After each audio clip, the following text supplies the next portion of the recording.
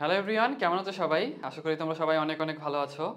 এবং আমাদের অলরেডি কিন্তু ৩টা ক্লাস হয়ে গেছে, তাই না? আজকে আমাদের 4th ক্লাস।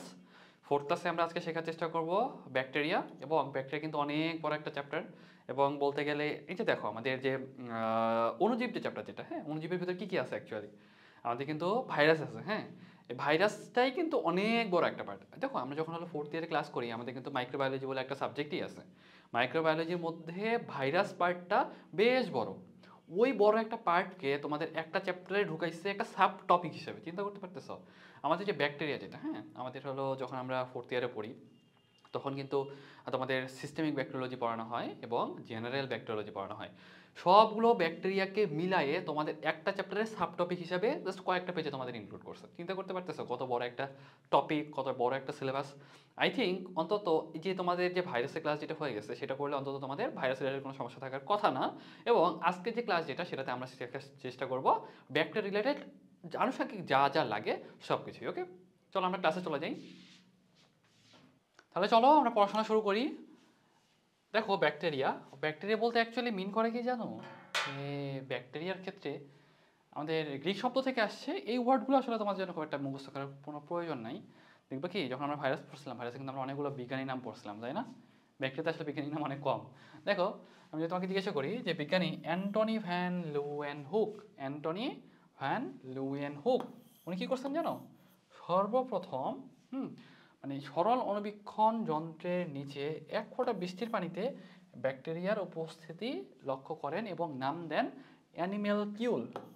তাহলে আমি যদি তোমাকে এখন জিজ্ঞাসা করি সর্বপ্রথম ভাইরাস আবিষ্কার করেন কে, তো কি বলবা? ভাইরাসের ক্ষেত্রে কিন্তু ছিল তোমার আইভান ভ্যাসকে, তাই তো? উনি দেখছেন, সর্বপ্রথম লক্ষ্য করছেন, ভাইরোলজির জনক বলা হয় উনাকে। ব্যাকটেরিয়ার ক্ষেত্রে কে বলো? ব্যাকটেরিয়া কিন্তু অ্যান্টনি ভ্যান লিউয়েনহুক। এখন উনি নিজের বানানো একটা অণুবীক্ষণ যন্ত্র দিয়ে উনি পরীক্ষা করে দেখলেন বৃষ্টির পানিতে কিছু একটা জিনিস পাইছেন, ওইটারে উনি নাম দিলেন অ্যানিম্যালকিউল। তাহলে তোমরা একটু লিখে নাও যে অ্যানিম্যালকিউল, অ্যানিম্যালকিউল নামকরণ কে বলো? অ্যানিম্যালকিউল নামকরণ করেন কে বলো? তাহলে বলবা অ্যান্টনি ভ্যান লিউয়েনহুক, তাই তো? তাহলে আমি যদি বলি যে তোমার ব্যাকটেরিয়া প্রথম লক্ষ্য করেন কে, ব্যাকটেরিয়া প্রথম লক্ষ্য করেন কে, তাহলে কি বলবা? Antonie van Leeuwenhoek. এখন ব্যাপারটা হইল, মনে করো সাপোজ উনি একটা জায়গায় মনে করো যে ওনার ল্যাবে আবিষ্কার করছেন, হ্যাঁ। সো মনে করো যে তোমার বিজ্ঞানী অ্যারেনবার্গ মনে করো সাপোজ কোনো কারণে ওনার ল্যাবে আসছিল। এখন যেহেতু তোমার অ্যান্টনি ভ্যান লিউয়েনহুক কিছু একটা আবিষ্কার করছে, উনি তো অনেক উচ্ছ্বসিত, উনি ওটার নাম দিচ্ছে অ্যানিম্যালকিউল। এখন বিজ্ঞানী অ্যারেনবার্গ এসে বলতেছে কি জানো? আরে আরে, এটা তো ব্যাকটেরিয়া। বুঝতে পারছো? সাপোজ মনে করো তোমার অ্যান্টনি ভ্যান লিউয়েনহুক অনেক খুশি যে কিছু একটা আবিষ্কার করছে, সেটার নাম দিচ্ছে সে অ্যানিম্যালকিউল। তোমার মনে করো এই যে আমাদের যে অ্যারেনবার্গ বিজ্ঞানী অ্যারেনবার্গ সাহেব, সে এসে বলছে আরে আরে, এটা তো ব্যাকটেরিয়া। তাহলে এই যে একটু মনে রাখো, আরে আরে অ্যারেনবার্গ, অ্যারেনবার্গ হলো ব্যাকটেরিয়া নামকরণ করেন। তার আগে একটা যেটা মনে রাখো, আমি যদি তোমাকে বলি যে ব্যাকটেরিওলজি এবং প্রোটোজুলজির জনককে জানো? Antonie van Leeuwenhoek. Okay, bacteriology এবং প্রোটোজুলজির জনককে অ্যান্টনি ভ্যান লিউয়েনহুক।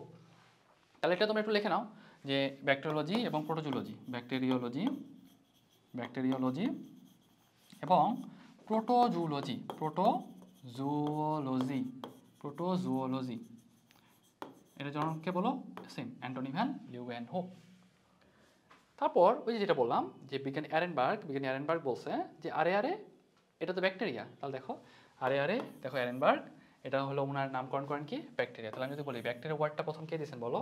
তাহলে বলবা তোমার অ্যারেনবার্গ। তাহলে একটু লেখে নাও সুন্দর করে, ব্যাকটেরিয়া নামটা কে দিয়েছেন বলো? তাহলে বলবা অ্যারেনবার্গ। ওকে, অ্যারেনবার্গ, অ্যারেনবার্গ। যাই হোক তোমার একটা বানানটা একটু লিখে রেখো সুন্দর করে, অ্যারেনবার্গ। তাহলে আই থিঙ্ক এই ব্যাপারটা অন্তত তোমাদের ক্লিয়ার। তারপরে দেখো বিজ্ঞানী লুই পাস্তুর, হ্যাঁ, বিজ্ঞানী লুই পাস্তুর উনি সুন্দর করে ব্যাকটেরিয়ার উপর অনেক গবেষণা করলেন। উনি ব্যাকটেরিয়া তত্ত্ব প্রতিষ্ঠা করলেন। তাহলে আমি যদি তোমাকে জিজ্ঞাসা করি ব্যাকটেরিয়া তত্ত্ব প্রতিষ্ঠা করেন কে, মানে ব্যাকটেরিওলজি, ব্যাকটেরিয়া মানে মূল কথা ব্যাকটেরিয়া তত্ত্ব, আধুনিক ব্যাকটেরিয়া তত্ত্ব বা ব্যাকটেরিয়া তত্ত্ব দিলেন কে বলো? তাহলে বলবা লুই পাস্তুর, লুই পাস্তুর। তাহলে একটু তুমি আগের পেজে আসো, বইয়ে আসো, তাহলে দেখবা আধুনিক ব্যাকটেরিওলজির জনক কে জানো? লুই পাস্তুর। খেয়াল করো, আধুনিক ব্যাকটেরিওলজির জনক কে? তাহলে বলবা লুই পাস্তুর। একটু লিখে নাও যে আমি যদি বলি ব্যাকটেরিয়া তত্ত্ব প্রতিষ্ঠা করেন কে, তারপর লুই পাস্তুর। আধুনিক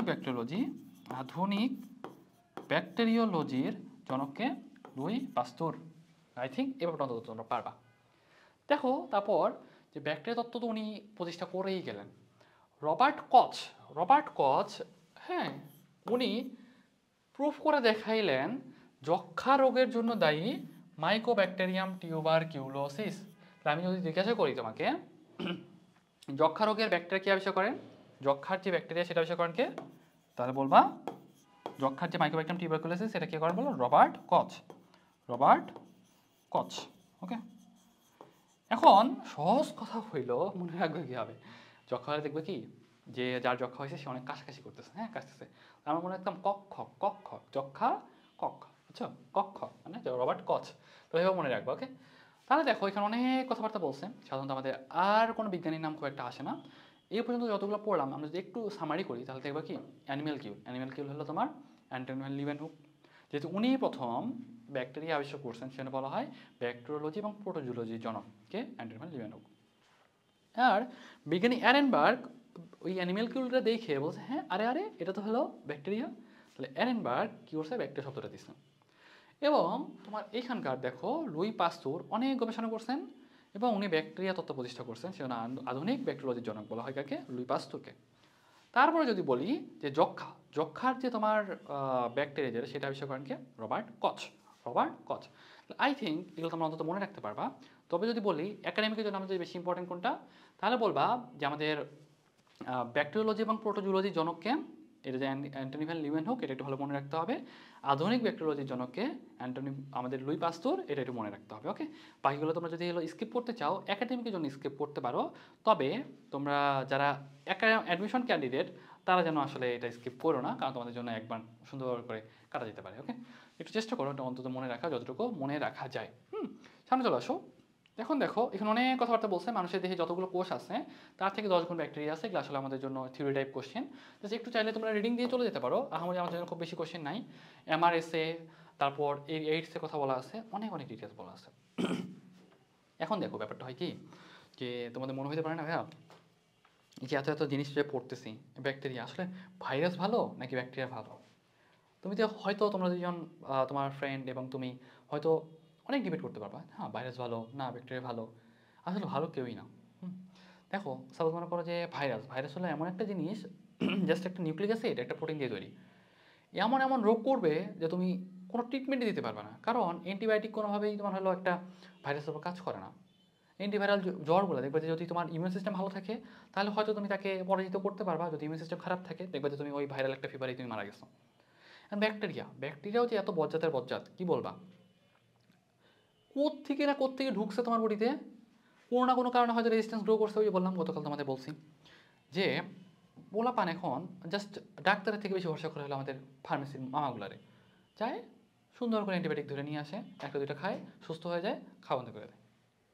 এই যে এরকম করে যে অ্যান্টিবায়োটিক রেজিস্ট্যান্স গ্রো করতেছে, ব্যাকটেরিয়ার জন্য তোমার অ্যান্টিবায়োটিক আছে, কিন্তু যদি এরকম করে তুমি যদি হলো মানে তোমার উল্টাপাল্টা ওষুধ খাও দেখবো কি তোমার অ্যান্টিবায়োটিক রেজিস্ট্যান্স হয়ে গেছে। তোমার অ্যান্টিবায়োটিকের এগেন্সটে ওষুধ আছে কিন্তু তুমি কোনো ট্রিটমেন্ট দিতে পারতেছো না। এই যে ব্যাকটেরিয়া দেখো কোনো না কোনোভাবে ঢুকছে তোমার বডিতে, এটা থেকে এটা করতেছে, এটা থেকে এটা করতেছে, এত ব্যাকটেরিয়া তুমি চিন্তা করতে পারবে না, বুঝছো? আমাদের আমরা তো যখন 4th ইয়ারে আসবা তোমার মেডিকেল, যদি তোমরা আল্লাহর রহমতে যদি কেউ চান্স পাও যারা পড়বা মেডিকেলে, আমাদের 3rd ফেজে মাইক্রোবায়োলজি বলে একটা সাবজেক্ট আছে, মাইক্রোবায়োলজিতে সিস্টেমিক ব্যাকটেরিওলজি বলে একটা ব্যাপার আছে। হ্যাঁ, এত ব্যাকটেরিয়ার নাম, তোমাদের স্টেফাইলোকক্কাস, স্ট্রেপ্টোকক্কাস, এই ব্যাকটেরিয়া ওই ব্যাকটেরিয়া, এত ব্যাকটেরিয়া তুমি চিন্তা করতে পারবা না এইসব ব্যাকটেরিয়া এত রোগ করতে পারে। পরে এখন তোমার মনে হচ্ছে না হ্যাঁ ব্যাকটেরিয়া ভালো না হলো ভাইরাস ভালো, এগুলোর মধ্যে এখন তোমার ডিবেট করতে ইচ্ছা করতেছে। একবার মাইক্রোবায়োলজি পড়ার পরে মেডিকেল আসবে যখন, একবার মাইক্রোবায়োলজি পড়ার পরে বলছে একটাও ভালো না, সব কটা বজ্জাত, বুঝতে পারছো?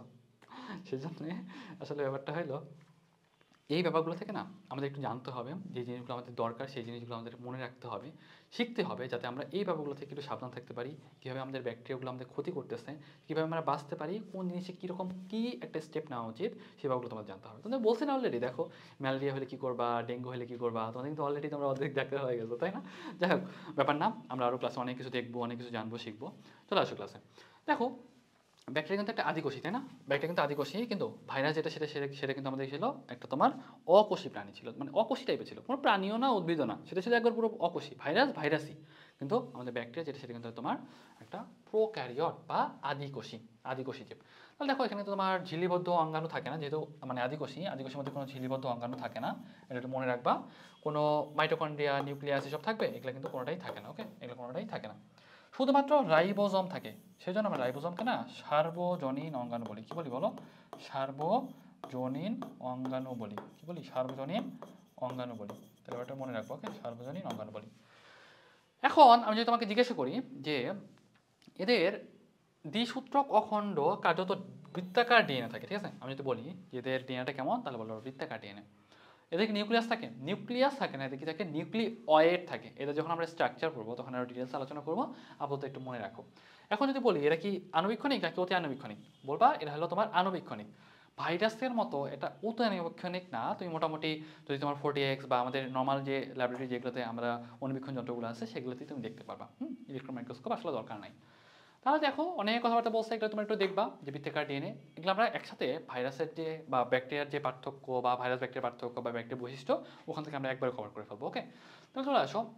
এই যে এই চার্টটা দেখতেছো না, এই চার্টটা আমাদের একাডেমিকের জন্য আসলে লেস ইম্পর্টেন্ট।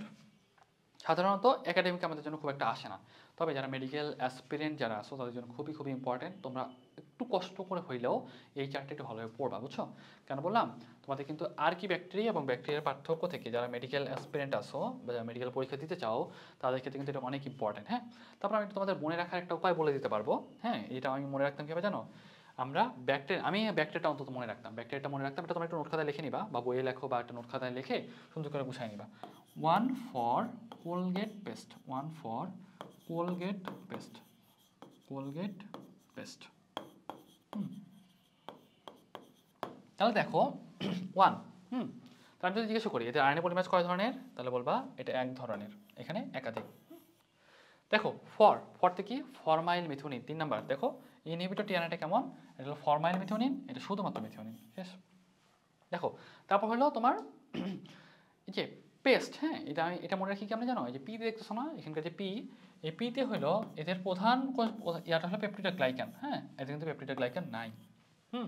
তারপর দেখো এর এএসটি। হ্যাঁ, এটা হলো এস্টার লিঙ্কড। দেখো, এটা হলো এস্টার লিঙ্কড। এটা কি? এটা তোমার ইথার লিঙ্কড। তাহলে এটা ব্রাঞ্চ আছে, এখানে কিন্তু ব্রাঞ্চ নাই। ওকে, তখন বাকি থেকে কি বলো? বাকি থেকে আমাদের কোলগেট, তাই না? কোলগেটটা মনে রাখবা যে এখানে কিন্তু তোমাদের ক্লোরোফিল থাকে, এখানে কিন্তু ক্লোরোফাইলা থাকে, এখানে কিন্তু ক্লোরো টাইপের কোনো ওয়ার্ডই নেই। এবং যে জিনের গঠনে এখানে কিন্তু ইন্ট্রন্স থাকে, সাধারণত এখানে কোনো ইন্ট্রন্স থাকে না।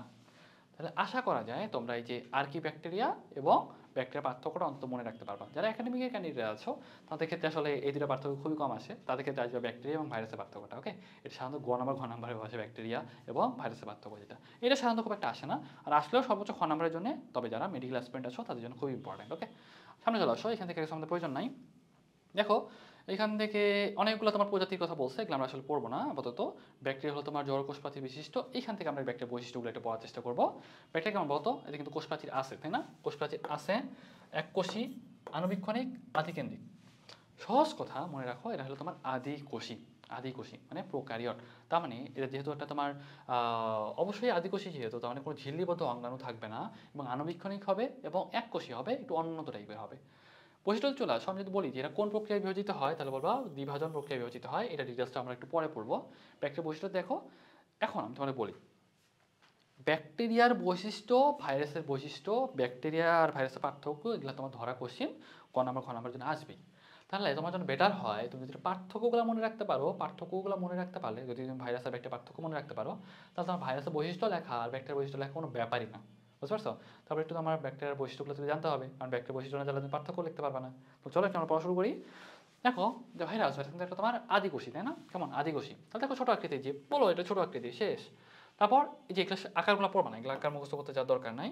এটা কিন্তু এককোষী জীব, তাই না? কেমন এককোষী জীব, এবং এরা কিন্তু একসাথে দল মানে কলোনি তৈরি করে বা দল তৈরি করে থাকতে বেশি পছন্দ করে।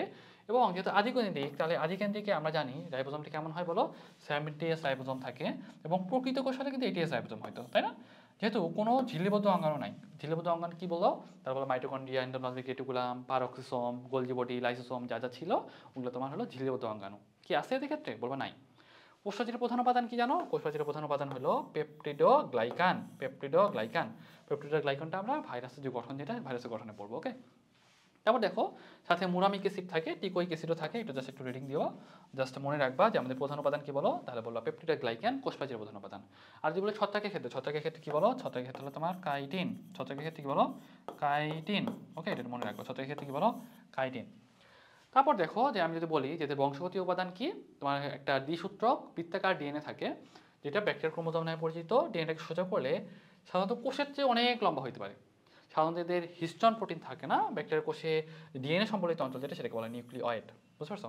আমি বলি এদেরকে নিউক্লিয়াস থাকে, বলবো যে নিউক্লিয়াস থাকে না, নিউক্লিয়াসের মতো একটা জায়গা থাকে যেটাকে বলা হয় নিউক্লিওয়েড।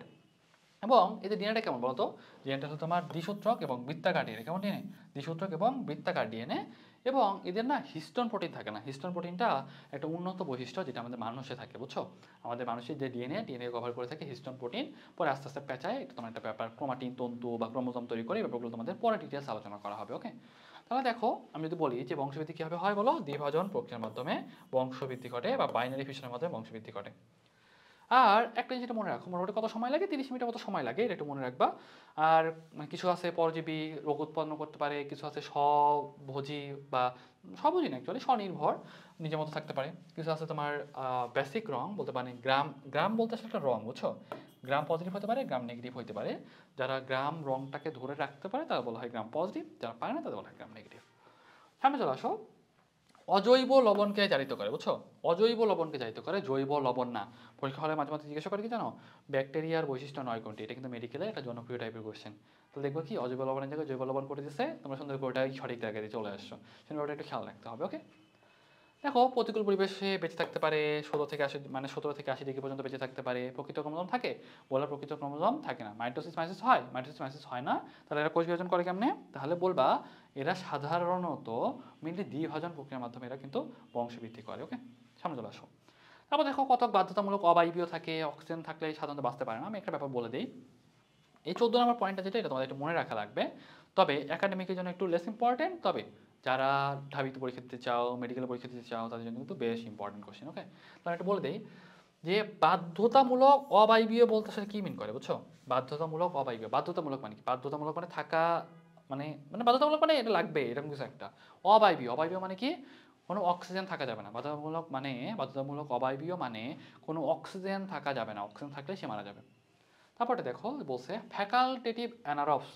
ফ্যাকাল্টেটিভ অ্যানারবস মানে সুবিধাবাদী অবায়বীয়। তার মানে অক্সিজেন না থাকলে তার জন্য ভালো, কিন্তু অক্সিজেন থাকলেও কোনো সমস্যা নাই। আর এটা কি? বাধ্যতামূলক বায়বীয়, তার মানে অক্সিজেন থাকতেই হবে, অক্সিজেন ছাড়া কোনোভাবেই সে বাঁচতে পারবে না, সেটাকে বলা হয় ফ্যাকাল্টেটিভ মানে অব্লিগেট অ্যারো বা বাধ্যতামূলক বায়বীয়। উদাহরণ কি বলো, এখানে তোমার বাধ্যতামূলক বায়বীয় উদাহরণ অ্যাজোব্যাক্টার, আর বাধ্যতামূলক অবায়বীয় উদাহরণ হলো তোমার ক্লস্ট্রিডিয়াম। আর তোমার ফ্যাকাল্টেটিভ অ্যানারোবের কোনো উদাহরণ দেওয়া নাই। আমি এটা মনে রাখি কেমন জানো, অক্সিজেন, হ্যাঁ অক্সিজেন ছাড়া বাঁচতে পারে না, তার মানে কি ভালো জিনিস, অক্সিজেন ভালো জিনিস। অক্সিজেন দেখো যে তোমার হলো ক্লস্ট্রিডিয়ামের যে উদাহরণটা দেওয়া আছে, এখানে একটা জিনিস ভালোভাবে মনে রাখবা যে বাধ্যতামূলক অবায়বীয় ক্ষেত্রে উদাহরণ কি? ক্লস্ট্রিডিয়াম। তার মানে অক্সিজেন সে পছন্দ করে না, ভালো জিনিসটা সে পছন্দ করে না, তার মানে কি সে বদ্ধ থাকতে চায়, তাই না? বন্ধ অবস্থায় থাকতে চায়। ক্লোজ মানে কি? বন্ধ। ক্লোজ মানে কি বলো? বন্ধ, তাই তো? ক্লোজ মানে কি? বন্ধ। তার মানে ক্লোজ মানে বন্ধ, তার মানে সেখানে কোনো অক্সিজেন নাই, কোনো অক্সিজেন নাই, তার মানে ক্লস্ট্রিডিয়াম, এভাবে মনে রাখবা, ওকে। আর অ্যাজ এ ভেক্টর তাহলে কি হবে বলো? বাধ্যতামূলক বায়বীয় হবে, এটা মনে রাখো, এখান থেকে আর কিছু আমাদের লাগবে না। সামনে চলে আসো। ব্যাকটেরিয়ার বিস্তৃতি, আবাসস্থল, ইকোলাই, অনেক অনেক কথাবার্তা বলছে, জাস্ট মনে রাখো যে আমাদের আশেপাশে পানিতে, বাতাসে, জীবদেহের বাইরে অনেক অনেক জায়গায় থাকতে পারে। ইকোলাই কিন্তু আমাদের অন্ত্রে থাকে, বুঝছো? ভিটামিন বি কমপ্লেক্স সরবরাহ করে, কি করে? ভিটামিন বি কমপ্লেক্স সরবরাহ করে, এটা মনে রাখবা। তারপর দেখো -17 থেকে 80 ডিগ্রি পর্যন্ত বাঁচতে পারে, মাটিতে অনেক বেশি থাকে। এগুলো জাস্ট তোমরা একটু রিডিং দিয়ে চলে যাও, আমাদের জন্য খুব বেশি ইম্পর্টেন্ট না, ওকে। সামনে চলে আসো। এখন ব্যাকটেরিয়া শ্রেণী বিভাগের মধ্যে অনেক অনেক ইনফরমেশন দেওয়া, আমরা এত ডিটেলসে পড়বো না, কারণ আমাদের ভাইরাসের শ্রেণীবিভাগটা একটু বেশি লাগে, বুঝছো? ব্যাকটেরিয়া যেটা আমাদের একটু কম লাগে। তবে একটা জিনিস আমাদের মনে রাখতে হবে, আকার আকৃতিগুলো কেমন। যারা একাডেমিক ক্যান্ডিডেট আছো তাদের জন্য অল্প কিছু আমি বলে দিব, যেগুলো তোমরা একটু মনে রাখলে তোমাদের জন্য একটু ইজি হবে। আর যারা অ্যাডমিশন ক্যান্ডিডেট আছো তাদের জন্য একটু বেশি বেশি পড়তে হবে, তার জন্য বলে দিব। ওকে, দেখো যে কক্কাস, কক্কাস মানে হলো যেগুলো তোমার হলো প্রায় গোলাকার, বুঝছো? কক্কাস মানে কি বলো? যেগুলো তোমার প্রায় গোলাকার। তো মনে রাখবা কক্কাস মানে হলো গোলাকার। কক্কাসে কয় ভাগে ভাগ করছে? 6 ভাগে ভাগ করছে, এটা মুখস্থ করতে যাওয়ার দরকার নাই। মাইক্রো কক্কাস, মাইক্রো মনোকক্কাস, এগুলো আসলে আমাদের জন্য খুবই লেস ইম্পর্টেন্ট, খুব একটা আসতে দেখা যায়, ব্যাপারটা এরকম না। তারপর যদি তোমরা পড়তে চাও পড়তে পারো, যেসব ব্যাকটেরিয়া গোলাকার একা থাকে তাদের বলবা যে তোমার হলো মাইক্রো কক্কাস বা মনোকক্কাস। পড়াতে চলে আসো। ডিপ্লোকক্কাস মানে হলো তোমার 2টা একসাথে থাকবে। টেট্রাকক্কাস মানে 4টা একসাথে থাকবে। স্ট্রেপ্টোকক্কাস মানে হলো, এইটা একটু মনে রাখতে হবে আমাদের, স্ট্রেপ্টোকক্কাস আর স্ট্যাফাইলোকক্কাস। স্ট্রেপ্টোকক্কাস তোমার গোলাকার, হ্যাঁ, গোলাকার এবং চেইনের মতো থাকে। এবং স্ট্যাফাইলোকক্কাস যেটা, সেটা তোমার অনেকটা আঙ্গুরের থোকার মতো থাকে। উদাহরণগুলো যদি মনে রাখতে পারো তাহলে তো ভালোই, নামের সাথে অনেকটা মিল আছে। দেখো দেখো আমি ডিপ্লোকক্কাস, ডিপ্লোকক্কাস নিউমোনি। টেট্রাকক্কাস হলো তোমার মানে দেখো গ্যাফিকা টেট্রাজেনা। স্ট্রেপ্টোকক্কাসের ক্ষেত্রে স্ট্রেপ্টোকক্কাস ল্যাকটিস। স্ট্যাফাইলোকক্কাসের ক্ষেত্রে স্ট্যাফাইলোকক্কাস অরিয়াস। নামের সাথে অনেকটা মিল আছে, কিন্তু আসলে মুখস্থ করার কোনো দরকার নেই, খুব একটা আসে না। যাতে আমাদের ভাইরাসের যে নামগুলো আছে সেগুলো যদি ইনশিওর করো, সেগুলো যেন তুমি মনে থাকে। সার্সিনা, সার্সিনাতে চলে আসো। সার্সিনা কেমন দেখতে বলো? সার্সিনা হলো তোমার গোলাকার, এটা একটু মনে রাখবা। অন্তত আমাদের আকারগুলো ইনশিওর করতে হবে, ঠিক আছে? আকারগুলো অন্তত ইনশিওর করতে হবে।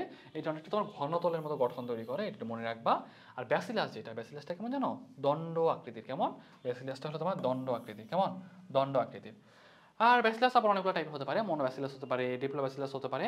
উদাহরণগুলো মনে রাখার খুব একটা দরকার নাই, কীভাবে থাকে, এককভাবে থাকে নাকি তোমার হলো 2টা ব্যাকটেরিয়া একসাথে থাকে, এগুলোর উপর অনেক কিছু ব্যাপার স্যাপার থাকে। আমাদের উদাহরণ খুব একটা মনে রাখার কোনো প্রয়োজন নাই। সামনে চলে আসো। যে এইখান থেকে না স্ট্রেপ্টোব্যাসিলাস, কক্কোব্যাসিলাস একটা উদাহরণ তোমাদের একটু বলি, যে এইটা উদাহরণগুলো একটু পড়ো। সালমোনেলা এবং মাইকোব্যাকটেরিয়াম, এই দুটো একটু উদাহরণ তোমাদের জন্য পড়াটা বেটার অপশন। যারা মেডিকেল অ্যাডমিশন ক্যান্ডিডেট আছো তারা একটু কষ্ট করে পড়ো। ভার্সিটি অ্যাডমিশন ক্যান্ডিডেট যারা আছো বা যারা ক্লাস করবা 24 ব্যাচের বা 25 ব্যাচের, তারা একটু জাস্ট দেখে নিও, তাহলে তোমার জন্য একটু বেটার হয়। কেন? কারণ মাইকোব্যাকটেরিয়াম টিউবারকুলোসিস, যক্ষা, বাংলাদেশের মোস্ট লিডিং ডিজিজগুলোর মধ্যে একটা, যেটা অনেক বেশি হয়, সেজন্য ব্যাপারটা একটু মনে রাখতে হবে। ওকে, চলে আসো যে সালমোনেলা, তারপর মাইকোব্যাকটেরিয়া, এটা একটু মনে রাখবা। আর প্যালিসেড ব্যাসিলাস, এটা আসলে আমাদের জন্য দরকার নাই। ভাইব্রিও যেটা, সেটাতে চলে আসো। হ্যাঁ, আমি যদি তোমাকে বলি যে ভাইব্রিও, ভাইব্রিও মানে কি? কমা আকৃতি। কোন আকৃতি বলো? সবগুলো আকার আকৃতিগুলো আমাদের একটু মনে রাখতে হবে, ঠিক আছে? সবগুলো আকার আকৃতিগুলো একটু মনে রাখতে হবে। আমি একসাথে লিখে দেবো যদিও, একটু আমরা একটু লিখেই ফেলি। হ্যাঁ, একটু লিখে ফেলে আমাদের জন্য হয়তো একটু ইজি হবে। দেখো আমরা প্রথমে কি পাইলাম বলো তো? আমরা প্রথমে পাইলাম হলো তোমার একটু জাস্ট একটু দেখে নাও। একবার প্রথমে পাইলাম আমরা, আচ্ছা ওকে দেখে নেই। প্রথমে পাইলাম আমরা কি? কক্কাস, তাই না? কক্কাস মানে কি বলো? কক্কাস মানে হলো গোলাকার, তাই না? কক্কাস মানে গোলাকার। কক্কাস, কক্কাস হলো গোলাকার, গোলাকার। একটা হলো স্ট্রেপ্টোকক্কাস, স্ট্রেপ্টোকক্কাস, স্ট্রেপ্টোকক্কাস যেটা, সেটা কেমন? সেটা হলো চেইনের মতো, তাই না? কিসের মতো? চেইনের মতো। স্ট্যাফাইলোকক্কাসটা কেমন? স্ট্যাফাইলোকক্কাস, স্ট্যাফাইলোকক্কাসটা তোমার হলো আঙ্গুরের থোকার মতো। কিসের মতো? আঙ্গুরের থোকার মতো, আঙ্গুরের থোকার মতো। তারপর দেখো আমি যদি বলি যে ব্যাসিলাস, ব্যাসিলাস মানে কি বলো? ব্যাসিলাস মানে হলো দণ্ডাকৃতি, তাই না? ব্যাসিলাস মানে হলো দণ্ডাকৃতির। তারপর দেখো ভাইব্রিও, ভাইব্রিও মানে কি বলো? কমা আকৃতির। লিখে নাও, ভাইব্রিও মানে হলো কমা আকৃতির। তারপর তোমার মনে হয় সার্সিনা ছিল, সার্সিনা, সার্সিনাটা কেমন আকৃতির বলো? তাহলে বলবো যে তোমার এটা অনেকটা গোলাকার ছিল অথবা ঘনতল ছিল, তাই না? গোলাকার বা ঘনতল। তাহলে ব্যাপারটা একটু মনে রাখবো। ওকে, তারপর দেখো আমরা একটু আবার বই চলে যাই। তাহলে ব্যাপারগুলো তোমাদের অন্তত বলা হয়েছে টেট্রাকক্কাস, স্ট্রেপ্টোকক্কাস, স্ট্যাফাইলোকক্কাস, সার্সিনা, মনোব্যাসিলাস, ডিপ্লোব্যাসিলাস, ভাইব্রিও, এটা একটু মনে রাখবা। তবে আমরা উদাহরণ পড়তে বললাম কোনটা? যে আমাদের সালমোনেলা এবং মাইকোব্যাকটেরিয়াম যেটা, ওটা একটু তোমাদের উদাহরণটা পড়তে বলা হয়েছে। ওকে, আর আরেকটা উদাহরণ পড়তে হবে তোমাদের ভাইব্রিও, ভাইব্রিও মানে হলো ভাইব্রিও কলেরা, এটা একটু মনে রাখবা। স্পাইরিলাম, স্পাইরিলাম মানে তোমার স্পাইরাল শেপ, মানে সর্বিলাকার বা পেঁচানো বা সর্বিলাকার, এটা লিখে নাও। আর প্লিওমরফিক বা বহুরবি, বহুরবির উদাহরণ কি জানো? রাইজোবিয়াম স্পি, এটা অনেক মানে জনপ্রিয় একটা কোশ্চেন, মাঝে মধ্যেই আসে। ওকে, তাহলে একটু লিখে নাও তোমরা। যে আমি যদি বলি স্পাইরিলাম, স্পাইরিলামটা কেমন? স্পাইরিলামটা কেমন হবে? স্পাইরিলাম, স্পাইরিলাম, তাহলে এটা বলবা যে স্প্রিং এর মতো, তাই না? সাপের মতো বা সর্পিলাকার, তাই তো? তারপর যদি বলি যে আর কি আছে আমাদের, বলো আর কি আছে? পরটা দেখো যে আমাদের স্টিলেট বা প্লিওমরফিকটা একটু লিখে ফেলো। প্লিওমরফিকটা কি হবে? প্লিওমরফিক মানে বহুরূপী, তাই না? বহুরূপী। এর উদাহরণ কি? উদাহরণটা একটু লিখে নাও, রাইজোবিয়াম sp, রাইজোবিয়াম sp, ঠিক আছে? এটা মনে রাখবে, রাইজোবিয়াম sp। এখান থেকে আমাদের কিছু আর লাগবে না। তারপর দেখো যে যদি বলি স্টিলেট বা তারকাকার, স্টিলেটের উদাহরণ কি? এটা মনে রাখবা, স্টেলা স্পিড, নামের সাথে অনেকটা মিল আছে। স্টিলেটটা একটু সুন্দর করে লিখে নাও যে তোমার এটা দেখতে অনেকটা তারকার মতো। আর যদি বলা হয় যে বর্গাকৃতি, আসলে আমাদের খুব একটা আসে না, ফিলামেন্টাস আসলে খুব একটা আসতে দেখা যায় না। তাহলে যারা একাডেমিকের ক্যান্ডিডেট আছো তার অন্তত যেন বলতে পারো ভাইয়া ব্যাসিলাস মানে দণ্ডাকৃতির, ভাইব্রিও মানে কমা আকৃতির। তারপর যদি তোমাকে যেন অন্তত বলা হয় যে তোমার হলো কক্কাস, কক্কাস মানে কি? গোলাকৃতির। স্টিলেট মানে তারকা আকৃতির, এগুলো যেন অন্তত বলতে পারো। আর যারা অ্যাডমিশন ক্যান্ডিডেট আছো তাদেরকে পড়াটা একটু পড়তে হবে কষ্ট করে। আসো আমরা বাকিটা দেখি। ওকে, দেখো এখানে আমাদের মানে ক্লাসিফিকেশন আছে একটা, যে কোন ধরনের রং নিতে পারে না নিতে পারে সেগুলোর উপর নির্ভর করে আমরা গ্রাম পজিটিভ এবং গ্রাম নেগেটিভ আমাদের একটা ব্যাপার আছে। যারা একাডেমিক ক্যান্ডিডেট আছো তাদের জন্য একটু লেস ইম্পর্টেন্ট, একটু রিডিং দিয়ে চলে যাবা। তবে যারা অ্যাডমিশনের ক্যান্ডিডেট আছো তারা কিন্তু অবশ্যই একটু ভালোভাবে দেখে যাও, হ্যাঁ? কারণ মেডিকেল অ্যাডমিশনে কিন্তু এই টাইপের কোশ্চেন অনেক আসে, কারণ আমাদের স্যার ম্যাডামদের অনেক বেশি পছন্দ। তোমার হলো কোনটা তোমার গ্রাম পজিটিভ, কোনটা তোমার গ্রাম নেগেটিভ, সেগুলো কিন্তু তাদের জন্য অনেক বেশি পছন্দের। ব্যাপারটা হয় কি, গ্রাম পজিটিভ মানে হলো তাদের যে কোষ প্রাচীর যেটা আছে না সেটা একটু পুরু হয়। আমি যদি গ্রাম রং যেটা সেটা যদি তাদের একটু ভিজায় রাখি, তারপর যদি আবার ধুয়ে ফেলি, তারা না ওই গ্রাম রংটাকে ধরে রাখতে পারে। যারা গ্রাম নেগেটিভ তাদের কোষ প্রাচীরটা একটু চিকন, তো তারা রাখতে পারে না, সেটা বলা হয় গ্রাম নেগেটিভ, ঠিক আছে? তাহলে অন্তত গ্রাম পজিটিভের তোমার যে ব্যাকটেরিয়াগুলো যেগুলো আছে সেগুলো যদি একটু মনে রাখতে পারো তাহলে তোমার জন্য একটু ইজি হবে। ওকে, এখন তোমার মনে হইতে পারে যে ভাইয়া এতগুলো নাম তো মনে রাখতে পারবো না। হ্যাঁ, আমরা একটা আলাদা করে নেমোনিক দিয়ে তোমাদের এটা মনে রাখার ব্যবস্থা করার চেষ্টা করব। তোমরা একটা অন্তত মনে রাখবা, গ্রাম পজিটিভ বা গ্রাম নেগেটিভ। তোমরা জাস্ট গ্রাম পজিটিভটা মনে রাখো, তাহলে তোমাদের গ্রাম নেগেটিভটা মনে না রাখলেও চলবে। কোশ্চেনটা এভাবেই করে, গ্রাম পজিটিভ ব্যাকটেরিয়া 9 কোনটি বা গ্রাম নেগেটিভ ব্যাকটেরিয়া 9 কোনটি। এখন তোমার মনে হইতে পারে ভাইয়া গ্রাম পজিটিভ গ্রাম নেগেটিভ দিয়ে আমার কাজ কি? ব্যাপারটা কি জানো? গ্রাম পজিটিভ তাদের ক্ষেত্রে কি, তাদের কোষপ্রাচীরটা একটু বেশি মোটা বা পুরু, তাদের ক্ষেত্রে আমরা এক ধরনের অ্যান্টিবায়োটিক দেবো। যাদের গ্রাম নেগেটিভ তাদের ক্ষেত্রে কিন্তু আমরা অ্যান্টিবায়োটিক আরেকটা দেবো। তাহলে ব্যাপারটা হলো, যদি আমি আগে থেকে বুঝতে পারি এটা আমাদের গ্রাম পজিটিভ, এটা আমাদের গ্রাম নেগেটিভ, তাহলে কিন্তু আমার জন্য অ্যান্টিবায়োটিক সিলেক্ট করাটা আমার জন্য ইজি হয়ে যাচ্ছে না? আমার জন্য তোমার হলো মানে উল্টাপাল্টা তো ওষুধ দেওয়ার সম্ভাবনা যেটা সেরকমই আসতেছে না। আমাদের তো ডায়াগনোসিস করতে হবে, আমাকে তো আগে জানতে হবে তার হয়েছেটা কি অ্যাকচুয়ালি, তারপর আমি ওষুধ দেবো।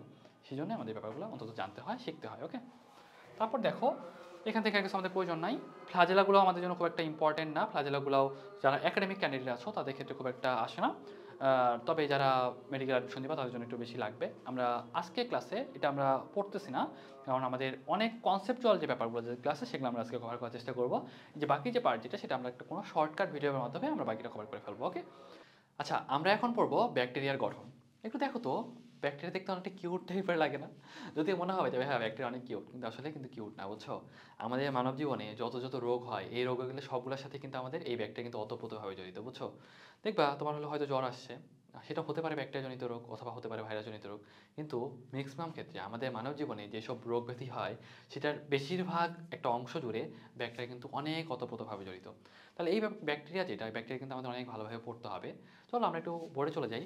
দেখো এই যে ব্যাগটা তুমি দেখতে পাচ্ছ, এই ব্যাগটা কিন্তু আমাদের জন্য একবারে দেখতে কিন্তু অনেক সুন্দর লাগে, তাই না? ব্যাগটা কিন্তু আসলে দেখতে অনেক সুন্দর, কিন্তু একটু যদি তুমি একটু চিত্রটা দেখো, চিত্রটা কিন্তু তোমাকে অবশ্যই আঁকতে পারতে হবে, কারণ এই ব্যাগটা থেকে কিন্তু অনেক কোশ্চিন আসে। এবং অবশ্যই তুমি একটু দাগায় রাখো বা একটু লিখে রাখো আমাদের ব্যাগটা যেটা সেটা কিন্তু আমাদের ঘ নাম্বারের জন্য খুবই বেশি ইম্পর্টেন্ট। এখন আমি যদি তুমি একটু দেখানোর চেষ্টা করি, তুমি হয়তো একটু দেখবা যে এই যে পার্টটা যেটা দেখতেছো এই পার্টটা, এই পার্টটা মেইনলি আমাদের হলো প্লাজমা মেমব্রেন। হ্যাঁ, এটা দেখো তো সুন্দর করে লেখা আছে সাইটোপ্লাজমিক মেমব্রেন বা কোষ ঝিল্লি বা প্লাজমা মেমব্রেন। আর এইটার চারদিকে যে পার্টটা যেটা দেখতেছো, হ্যাঁ প্লাজমা মেমব্রেনের বাইরের দিকে যেটা দেখতেছো, এটা আসলে তোমার কোষ প্রাচীর। এটা কি? কোষ প্রাচীর। তাহলে এই যে তোমার এই যে প্রথম যে লেয়ারটা যেটা দেখতেছো এটা তোমার কোষ ঝিল্লি, বাইরে যেটা থাকতেছে সেটা হলো কোষ প্রাচীর। এবং কোষ প্রাচীরের বাইরের দিকে যে আরেকটা লেয়ার যেটা দেখতেছো সেটা কি জানো? সেটা হলো ক্যাপসিউল। সেটার নাম কি বলো? সেটার নাম হলো ক্যাপসিউল। তাহলে এই ব্যাপারটা একটু তোমাকে মনে রাখতে হবে। আমি যদি তোকে জিজ্ঞাসা করি একবারের ভিতরে কি থাকতেছে বলো? একবারের ভিতরে দিকে থাকতেছে তোমার প্লাজমা মেমব্রেন, তারপর বাইরের দিকে থাকতেছে কোষ ঝিল্লি, সরি কোষ প্রাচীর। কোষ প্রাচীরের একবার বাইরে থাকতেছে তোমার হলো তোমার একটা ক্যাপসিউল থাকতেছে। আর ভিতরে দেখো এই যে এই পার্টটা যেটা, সেটা একটু পেঁচানো, যে এই পার্টটা যেটা দেখতেছো এটাকে আমরা বলতেছি হলো তোমার ক্রোমোজোম। এটা কি বলছি বলো? ক্রোমোজোম।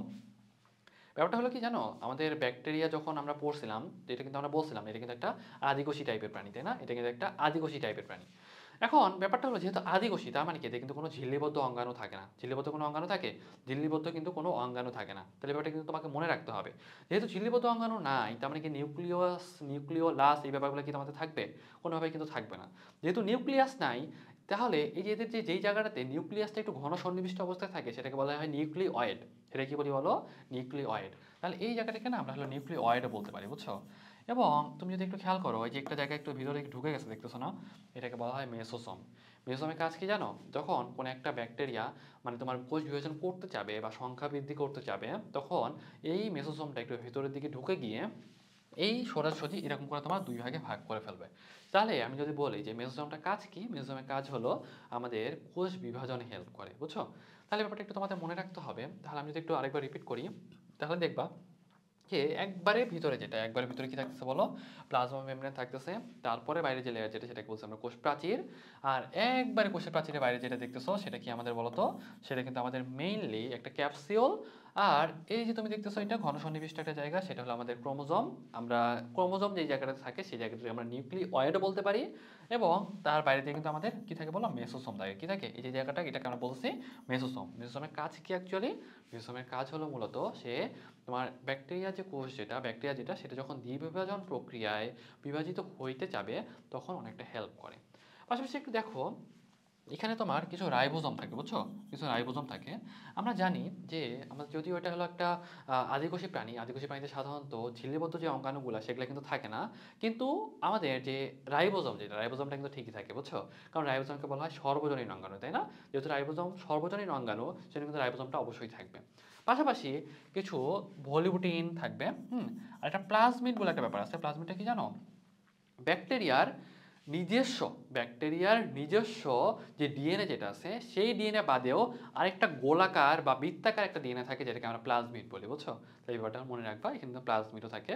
পাশাপাশি দেখবা এখানে তুমি একটু খেয়াল করো, এই যে দেখো তো, এই যে আমাদের যে ফ্লাজেলা যেটা, এটা হলো তোমার বলা হয় ফ্লাজেলা। আর এই যে পার্ট যেটা লম্বা দেখতেছো সেটা হলো তোমার পিলিন, বুঝছো? তাহলে ব্যাপারটা একটু মনে রাখতে হবে। তাহলে তুমি যদি বলি যে ভাইয়া ফ্লাজেলার কাজ কি, তাহলে বলবা ফ্লাজেলা কিন্তু আমাদের চলাচল হেল্প করে, তাই না? এক জায়গা থেকে এক জায়গায়, আরেক জায়গা থেকে আরেক জায়গায় যাইতে হেল্প করে। এবং পিলিন যেটা, পিলিনটা মেনলি আমাদের যে পিলিটা সাধারণত আমাদের সংযুক্ত হইতে হেল্প করে। তাহলে চলো আমরা একটু বইয়ে চলে যাই, তাহলে আমাদের জন্য একটু বেটার হবে। আমরা একটু বুঝতে পারবো যে আসলে আমাদের এখানে কি লাগতেছে এবং কি লাগতেছে না। এখন কোষ প্রাচীরের ক্ষেত্রে একটা জিনিস খেয়াল করো, আমি যদি বলি যে আমাদের ব্যাকটেরিয়ার যে কোষপ্রাচীর যেটা, সেটা কি দিয়ে তৈরি জানো? ব্যাকটেরিয়ার যে কোষপ্রাচীর যেটা, সেটা কি দিয়ে তৈরি? তাহলে বলবা আমাদের পেপটিডোগ্লাইকান দিয়ে তৈরি। কি দিয়ে তৈরি? পেপটিডোগ্লাইকান দিয়ে তৈরি। এখন তুমি বলতে পারো ভাইয়া তোমাদের কিন্তু একটা চ্যাপ্টার বা একটা পেজ আগে কিন্তু তোমাদের পড়ানো হয়েছে যে পেপটিডোগ্লাইকানটা কি বলো তো? আমাদের ব্যাকটেরিয়া যে কোষপ্রাচীর যেটা, সেটা কিন্তু মূলত পেপটিডোগ্লাইকান দিয়ে তৈরি।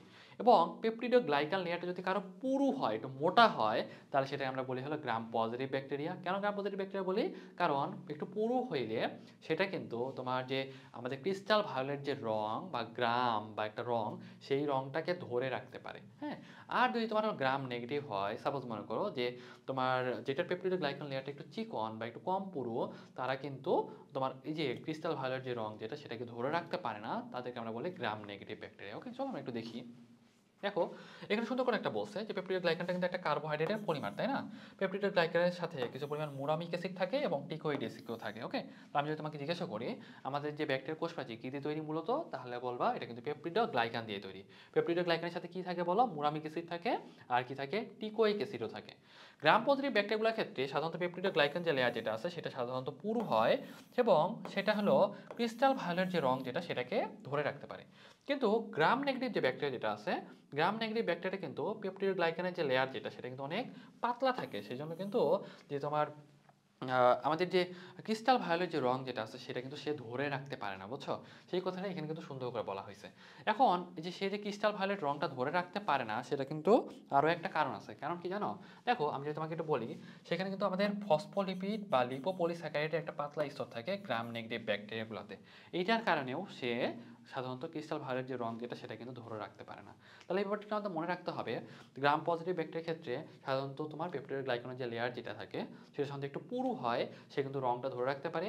আর যে গ্রাম নেগেটিভ ব্যাকটেরিয়াগুলোর ক্ষেত্রে সাধারণত আমাদের যে পেপটাইড গ্লাইকনের যে লেয়ার যেটা সেটা সাধারণত একটু চিকন থাকে, সে কিন্তু আমাদের যে গ্রাম বা একটা স্টেইন বা ক্রিস্টাল ভায়োলেট যে রং যেটা আছে সেটা কিন্তু সে ধরে রাখতে পারে না। ওকে, তাহলে তোমাদের কিন্তু অলরেডি বলছিলাম যে আসলে আমাদের কেন গ্রাম পজিটিভ বা গ্রাম নেগেটিভ ব্যাপারগুলো নিয়ে আমাদের এত কনসার্ন কেন জানো? কারণ গ্রাম পজিটিভ হলে সেটা কিন্তু কোষপ্রাচীরটা পুরু, এবং সেটার ক্ষেত্রে আমরা এক ধরনের অ্যান্টিবায়োটিক ইউজ করবো। যদি গ্রাম নেগেটিভ হয় সেটা কিন্তু কোষপ্রাচীরটা একটু চিকন বা একটু কম পুরু, সেক্ষেত্রে কিন্তু আমরা আরেক ধরনের অ্যান্টিবায়োটিক ইউজ করবো। যদি আমরা আগে থেকেই বুঝতে পারি এটা গ্রাম পজিটিভ ব্যাকটেরিয়া, এটা কিন্তু গ্রাম নেগেটিভ ব্যাকটেরিয়া, তাহলে কিন্তু আমাদের জন্য একটু ইজি হয় যে আমাদের কোন টাইপের ওষুধ দিলে আমাদের জন্য ভালো কাজ করবে, কোন টাইপের ওষুধ দিলে আমাদের ভালো কাজ করবে না। ওকে, এই ব্যাপারটাই আমরা একটু ইনশিওর করার চেষ্টা করি। তাহলে একটু চলে আসো, আমি যদি তোমাকে জিজ্ঞাসা করি যে মাইকোপ্লাজমা যেটা, মাইকোপ্লাজমাতে কিন্তু কোনো জড় কোষ প্রাচীর নেই। তাহলে কোশ্চেন করে কোথায় জড় কোষ প্রাচীর নেই, তাহলে বলবা মাইকোপ্লাজমাতে কোনো জড় কোষ প্রাচীর নেই। এবং আমাদের যে পুরো কোষ প্রাচীর যেটা সেটা না আমাদের লাইসোজাইম এনজাইম দিয়ে আমরা ভাঙে ফেলতে পারি, বুঝছো? আমাদের লালারস, হ্যাঁ লালারসে না লাইসোজাইম নামে একটা এনজাইম আছে, যে এনজাইমটা এই যে তোমার যে কোষপ্রাচীর যেটা আছে ব্যাকটেরিয়ার কোষপ্রাচীর সেটা কিন্তু ভেঙে ফেলতে পারে, বুঝছো? সেখানে দেখবে কি আমাদের, তোমরা যখন চ্যাপ্টার 10 পড়বা, হ্যাঁ তোমাদের প্রতিরক্ষা যে চ্যাপ্টারটা পড়বা, প্রতিরক্ষা চ্যাপ্টারে প্রথম প্রতিরক্ষা স্তরের আন্ডারে লাইসোজাইম বলে একটা জিনিস পাবা, যেটা কিন্তু আমাদের কোষপ্রাচীরটাকে ভেঙে ফেলতে হেল্প করে। ওকে, ব্যাকটেরিয়ার বিরুদ্ধে কিন্তু আমাদের একটা হলেও প্রোটেকশন দেয়। একটু সামনে চলে আসো, আমরা যদি একটু দেখি ক্যাপসুল। ক্যাপসুলটা দেখো, একটু কাজটা তোমরা দেখো। ক্যাপসুলের ব্যাপারটা কি জানো? কোষপ্রাচীরের চারদিকে তোমার আরেকটা পলিস্যাকারাইড বা পলিপেপটাইডের একটা লেয়ার থাকে, যেটাকে আমরা বলি ক্যাপসিউল। কাজ কি? কাজ হলো তোমার প্রতিকূল পরিবেশ থেকে তোমার ব্যাকটেরিয়াকে রক্ষা করে। এটা আরেকটা নাম হলো স্লাইম লেয়ার। হ্যাঁ, এখন বলতে পারো ভাইয়া ব্যাকটেরিয়ার আবার প্রতিকূল পরিবেশ বলতে কি? সাপোজ মনে করো আমাদের বডিতে একটা ব্যাকটেরিয়া ভিতরে প্রবেশ করছে, আমাদের ইমিউন সিস্টেম বা আমাদের প্রতিরক্ষা তন্ত্র সে কিন্তু চাবে যে আমি ব্যাকটেরিয়াটাকে মেরে ফেলি বা খেয়ে ফেলি, তাই না? আমাদের মনোসাইট এবং নিউট্রোফিল যারা আছে, মনোসাইট এবং নিউট্রোফিল সে কিন্তু চাবে যে আমি ব্যাকটেরিয়াটাকে মেরে ফেলি। ব্যাকটেরিয়াকে মেরে ফেলা কীভাবে? ফ্যাগোসাইটোসিস প্রক্রিয়া, তাই না? সাধারণত এইটাই কিন্তু তাদের জন্য একটা প্রতিকূল পরিবেশ। এই যে আমাদের ক্যাপসুল যেটা দেখতেছো স্লাইম লেয়ার বা স্লাইম স্তর, এই স্লাইম স্তর বা ক্যাপসুলটা ফ্যাগোসাইটোসিস করতে দেয় না, ফ্যাগোসাইটোসিস প্রক্রিয়ায় বাধা দেয়। সেই জন্য কিন্তু তোমার ব্যাকটেরিয়াকে একটা প্রোটেকশন হলেও দিতে পারে। একটু সামনে চলে আসো, আমরা যদি একটু দেখি সামনে আর কি বলছে। ফ্লাজেলা, ফ্লাজেলাটা কি? ফ্লাজেলা কিন্তু সাধারণত আমাদের এগুলো চলনে হেল্প করে। ফ্লাজেলার না কয়টা পার্ট জানো? ফ্লাজেলা কিন্তু 3টা পার্ট। দেখো, একটা তোমার সূত্র থাকে, একটা সংক্ষিপ্ত হুক থাকে, আর একটা থাকে বেজাল বডি। এই বেজাল বডি দিয়েই না তোমার হলো প্লাজমা মেমব্রেনের সাথে সেটা সাধারণত আমাদের যে ফ্লাজেলা যেটা সেটা কিন্তু যুক্ত থাকে। একটু তোমরা একটু দেখে আসো চিত্রে, দেখো তোমরা একটু খেয়াল করলে পাবা। দেখো তো এই পার্টটা তোমার হলো আমাদের যে প্লাজমা মেমব্রেন যেটা সেটার সাথে কানেক্টেড আছে, তাই না? তাহলে এই জায়গাটা মনে রাখবা, এই বেজাল মেমব্রেন যেটা বা এইখানে কিন্তু আমাদের প্লাজমা মেমব্রেনের সাথে এই পার্টটা তোমার ফ্লাজেলাটা এখানে যুক্ত আছে। আর যদি তোমাকে বলে যে ফ্লাজেলা কোন ধরনের বা কোন প্রোটিন দিয়ে তৈরি, তাহলে একটা জিনিস মনে রাখবা, ফ্লাজেলাটা কিন্তু ফ্লাজেলিন নামক একটা প্রোটিন দিয়ে তৈরি। কি দিয়ে তৈরি? ফ্লাজেলিন নামক একটা প্রোটিন দিয়ে তৈরি। এটা লিখে নাও, ফ্লাজেলিন। আমি যদি বলি যে ফ্লাজেলা কি দিয়ে তৈরি, ফ্লাজেলিন নামক একটা প্রোটিন দিয়ে তৈরি, তাহলে ব্যাপারটা একটু তোমাদের ভালোভাবে মনে রাখতে হবে। একটু সামনে চলে আসো, আমি যদি তোমাকে একটু জিজ্ঞাসা করি যে পিলিটা কিন্তু সাধারণত গ্রাম নেগেটিভ ব্যাকটেরিয়াগুলোতে পাওয়া যায়, এবং এটা পোষক দেহের সাথে সংযুক্ত হইতে হেল্প করে। তোমরা যখন হলো মানব জীবনের ধারাবাহিকতা যে চ্যাপ্টারটা আছে ওই চ্যাপ্টারটা পড়বা, ওখানে না গনোরিয়া বলে একটা আমাদের রোগ আছে। গনোরিয়া রোগটা কাদের হয়? যারা সেক্সুয়ালি অ্যাক্টিভ তাদের ক্ষেত্রে সাধারণত হয়।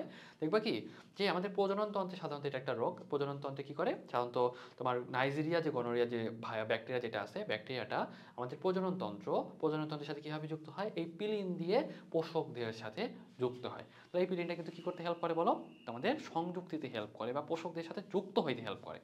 আরেকটা ব্যাপার একটু দেখো, আমি যদি একটু বলি যে পিলিটা কী দিয়ে তৈরি বলতো? পিলিন নামক একটা প্রোটিন দিয়ে তৈরি। এবার একটু মনে রাখার চেষ্টা করবা, আমার জন্য খুব খুব ইম্পর্টেন্ট। একটু সামনে চলে আসো, প্লাজমা মেমব্রেন।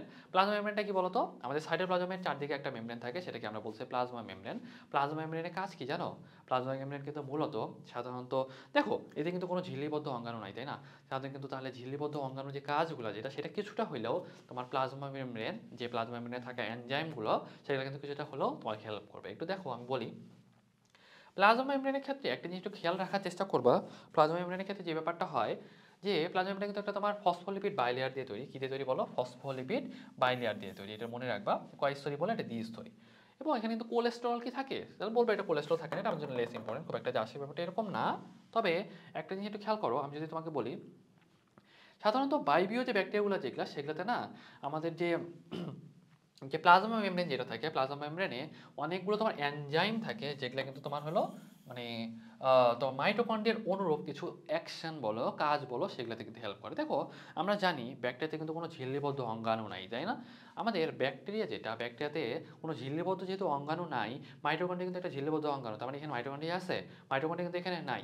তাহলে মাইটোকন্ড্রিয়ার অনুরূপ কাজগুলা সেটা কিন্তু তোমার কিছুটা হলেও প্লাজমা মেমব্রেন হেল্প করবে। প্লাজমা মেমব্রেনে থাকা যে এনজাইমগুলো তারা কিন্তু হেল্প করবে। ওকে, তাহলে ব্যাপারটা একটু দেখো, আমি যদি তোমাকে একটু বলি যে সাধারণত দেখো যেহেতু মাইটোকন্ড্রিয়া নাই, মাইটোকন্ড্রিয়া আছে, মাইটোকন্ড্রিয়া নাই, তাহলে এটিপি তৈরি হয় সাবস্ট্রেট লেভেল ফসফোরাইলেশন দিয়ে।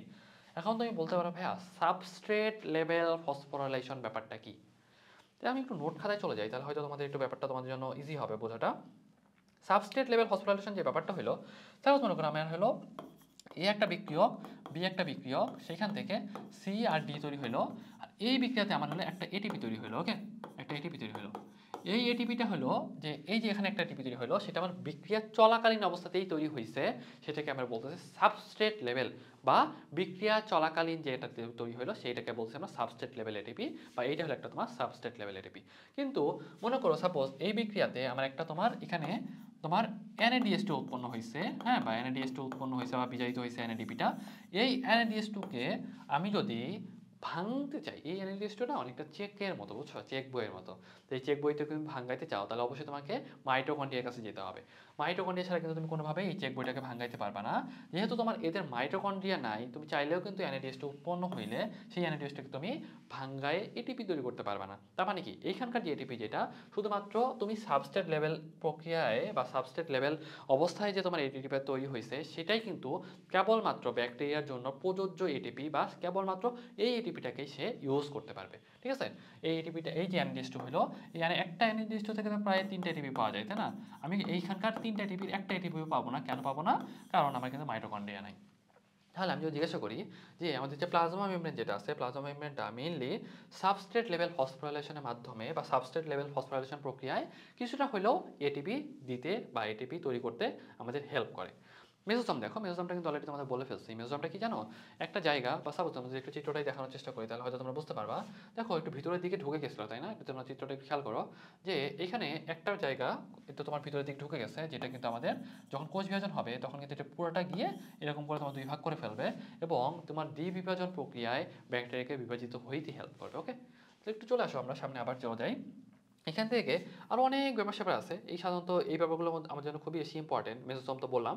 সাইটোপ্লাজম, সাইটোপ্লাজমের ক্ষেত্রে একটা জিনিস মনে রাখবা যে সাইটোপ্লাজম কিন্তু সাইটোপ্লাজমিক মেমব্রেন দিয়ে তৈরি, মানে আবৃত থাকে। সাইটোপ্লাজম বলতে আসলে এক ধরনের তরল পদার্থ যেখানে অনেক ধরনের অঙ্গাণু থাকতে পারে, এনজাইম থাকতে পারে, ভোলুটিন, তৈলবিন্দু, চর্বি, যা যা উপাদান থাকা দরকার সেগুলো কিন্তু সাধারণত থাকে। তাহলে দেখো ওই কথাগুলো এখানে বলা আছে। আমি যদি তোমাদের বলি যে এখানে চর্বি, শর্করা, এই যে এই রিলেটেড যে ব্যাপারগুলো আছে, জাস্ট একবার তোমরা রিডিং দিবা, যাতে অন্তত তোমরা পরীক্ষায় একটু হইলেও লিখে আসতে পারো। পাশাপাশি এখানে তোমার ভলিউটিন থাকে, এবং তোমার বেশ কিছু তোমার কোষ গহ্বর থাকে যেগুলো তোমার খাদ্য সঞ্চয়ে হেল্প করে। জাস্ট একটু তোমরা লেখার জন্য একটু লিখতে পারো। ওকে, এখন যদি আমি তোমাকে বলি যে এদের কি তোমার ক্রোমোজোম থাকে, তাহলে বলবে হ্যাঁ ক্রোমোজোম থাকে। যেহেতু একটা তোমার প্রাণী, যদিও আদিকোষী প্রাণী, তারপরে কিন্তু এতে তোমার ক্রোমোজোম থাকে, তাই না? এদের কিন্তু ক্রোমোজোম থাকে। কিন্তু এদের যে ক্রোমোজোম যেটা, ক্রোমোজোমটা কি কেমন টাইপের? যদি হলো তোমার সাধারণত আমরা জানি যে আদিবাসী যারা, তাদের কিন্তু কোনো ঝিল্লিবদ্ধ অঙ্গাণু থাকে না, কিন্তু আসলে ক্রোমোজোম থাকতে পারে। তবে নিউক্লিয়াস কি আছে? নিউক্লিয়াস কিন্তু থাকে না। যেহেতু নিউক্লিয়াস থাকে না, তার মানে কি ক্রোমোজোমটা কিন্তু তোমার সাইটোপ্লাজমের ভিতরেই একটু ছড়ানো ছিটানো অবস্থায় থাকে। যেই জায়গাতে সাপোজ সাইটোপ্লাজমের যেই জায়গাটাতে তোমার নিউক্লিয়াসটাকে আমরা পাই, বা যেই জায়গাটা ডিএনএটাকে পাওয়া যায়, সেই পার্টটাকে আমরা নিউক্লিওয়েডও বলি, বুঝছো? নিউক্লিওয়েড মানে কি জানো? নিউক্লিওয়েড মানে হলো ওয়েড মানে হলো মতো, বুঝছো? ওয়েড মানে মতো, মানে হলো মতো। তার মানে নিউক্লিওয়েড মানে হইল নিউক্লিয়াসের মতো। কিন্তু আসলে নিউক্লিয়াস তো নাই।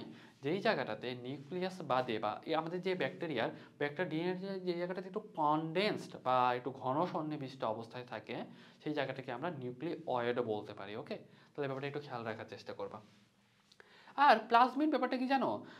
একটা জিনিস মনে রাখো যে যেহেতু মানে এদের কোনো ঝিল্লিবদ্ধ অঙ্গাণু নাই, তার মানে কিন্তু নিউক্লিয়াস নাই, তাই না? এদের যেহেতু নিউক্লিয়াস নাই, নিউক্লিয়াসের ভিতরে কিন্তু তোমার ডিএনএ থাকার কোনো চান্স নাই। ডিএনএটা থাকে কোথায়? তোমার প্লাজমা মেমব্রেন বা সাইটোপ্লাজম। এই প্লাজমা মেমব্রেনের ভিতরে যে তোমার যেই জায়গাটা, যেটা তরলপূর্ণ যে জায়গাটা, সেখানেই কিন্তু থাকে সাধারণত। তাহলে একটা জিনিস মনে রাখো যে তোমার যে প্লাজমা মেমব্রেনের ভিতরে যে জায়গাটা, যেটা সাইটোপ্লাজমে তোমার এদের নিজস্ব যে বৃত্তাকার সাপোজ সাপোজ মনে করো যে এদের যে একটা ডিএনএ যেটা থাকার কথা, এই ডিএনএ বাদেও আরেকটা বৃত্তাকার ডিএনএ থাকে। আমি তোমাদের একটু দেখানোর চেষ্টা করি, তাহলে হয়তো তোমরা বুঝতে পারবা। একটু খেয়াল করো যে যখন তুমি চিত্রে একটু খেয়াল করলে বুঝতে পারবা যে তোমার সাইটোপ্লাজমে এই যে তোমার ব্যাকটেরিয়ার যে নিজস্ব যে ডিএনএ যেটা, এই ডিএনএ বাদেও আরেকটা গোলাকার বা বৃত্তাকার একটা ডিএনএ আছে, যেটাকে আমরা বলতেছি প্লাজমিড। বুঝতে পারছো? তাহলে এই প্লাজমিডটা কি করে জানো?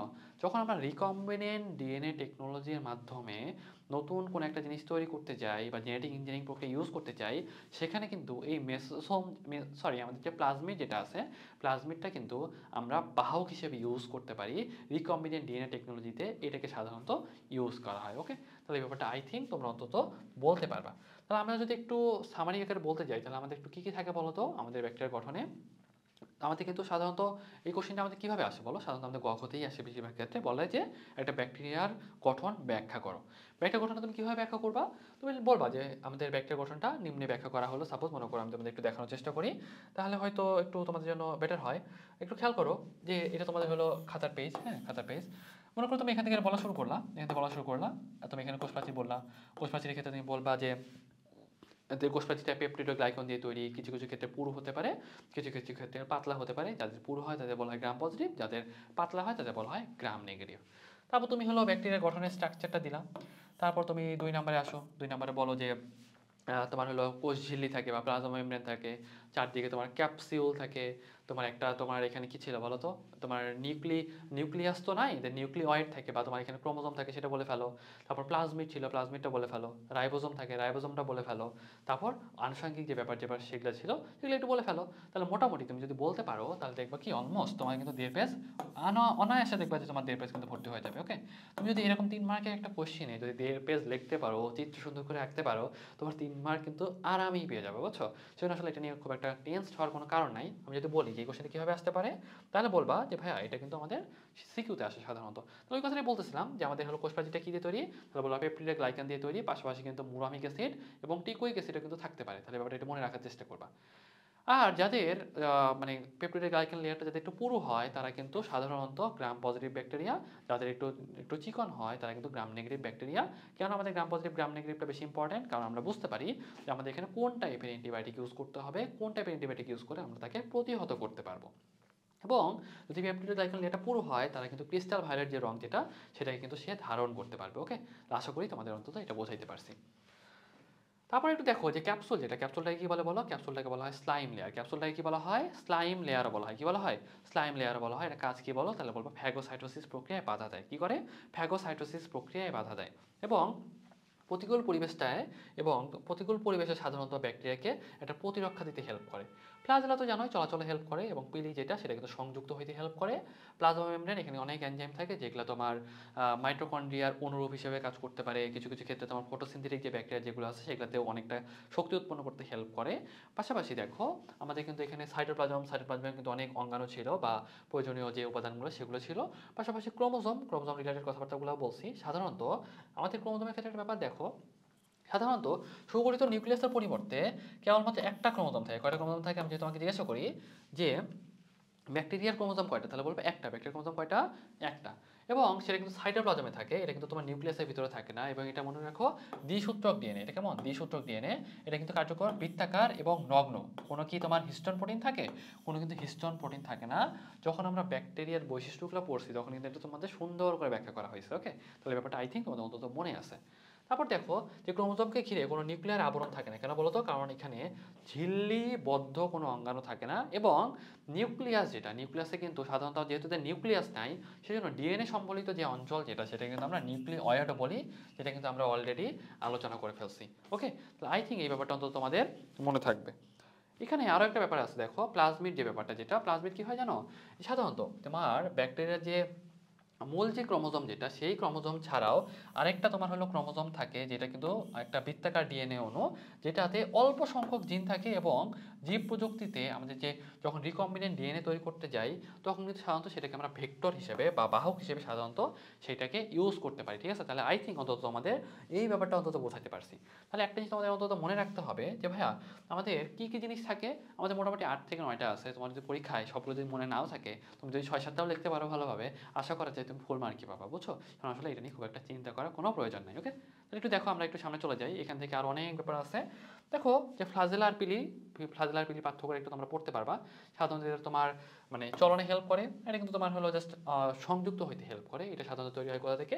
সাইটোপ্লাজম থেকে। এটা তোমার তৈরি হয় পাদদেশীয় একটা গ্রানিউলস থেকে।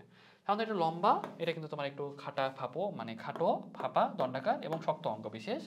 এটা পিলিন দিয়ে তৈরি, এটা কিন্তু ফ্লাজেলিন প্রোটিন দিয়ে তৈরি। এটা সাধারণত কম থাকে, এটা কিন্তু বেশি থাকে।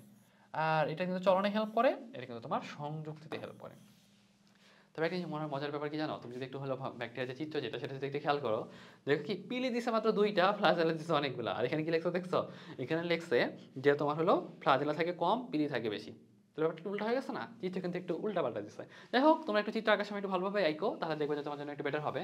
সামনে চলে আসো, আমরা একটু পড়ার ভিতরে আবার চলে আসি। দেখো যে ব্যাকটেরিয়ার জনন, যেটা ব্যাকটেরিয়ার জননের ক্ষেত্রে এই পেজটাতে অনেক অনেক অনেক অনেক ইনফো দেওয়া আছে, বুঝছো? এত ইনফো আমাদের জন্য আসলে অ্যাকচুয়ালি লাগেও না। জাস্ট আমাদের একটু আমি সামারি আকার বলার চেষ্টা করি, তাহলে তোমার জন্য একটু ইজি হবে। আমি যদি বলি ব্যাকটেরিয়ার প্রধান জনন পদ্ধতি কি বলতো? দ্বিভাজন পদ্ধতি। আমি যদি জিজ্ঞাসা করি ব্যাকটেরিয়া কি কোন প্রক্রিয়ায়, ব্যাকটেরিয়াটা কোন প্রক্রিয়ায় বিভাজিত হয়, তাহলে বলবা দ্বিভাজন প্রক্রিয়ায় বিভাজিত হয়। কোন প্রক্রিয়ায় বিভাজিত হয়? তাহলে বলবা দ্বিভাজন প্রক্রিয়ায় তারা সংখ্যা বৃদ্ধি করে।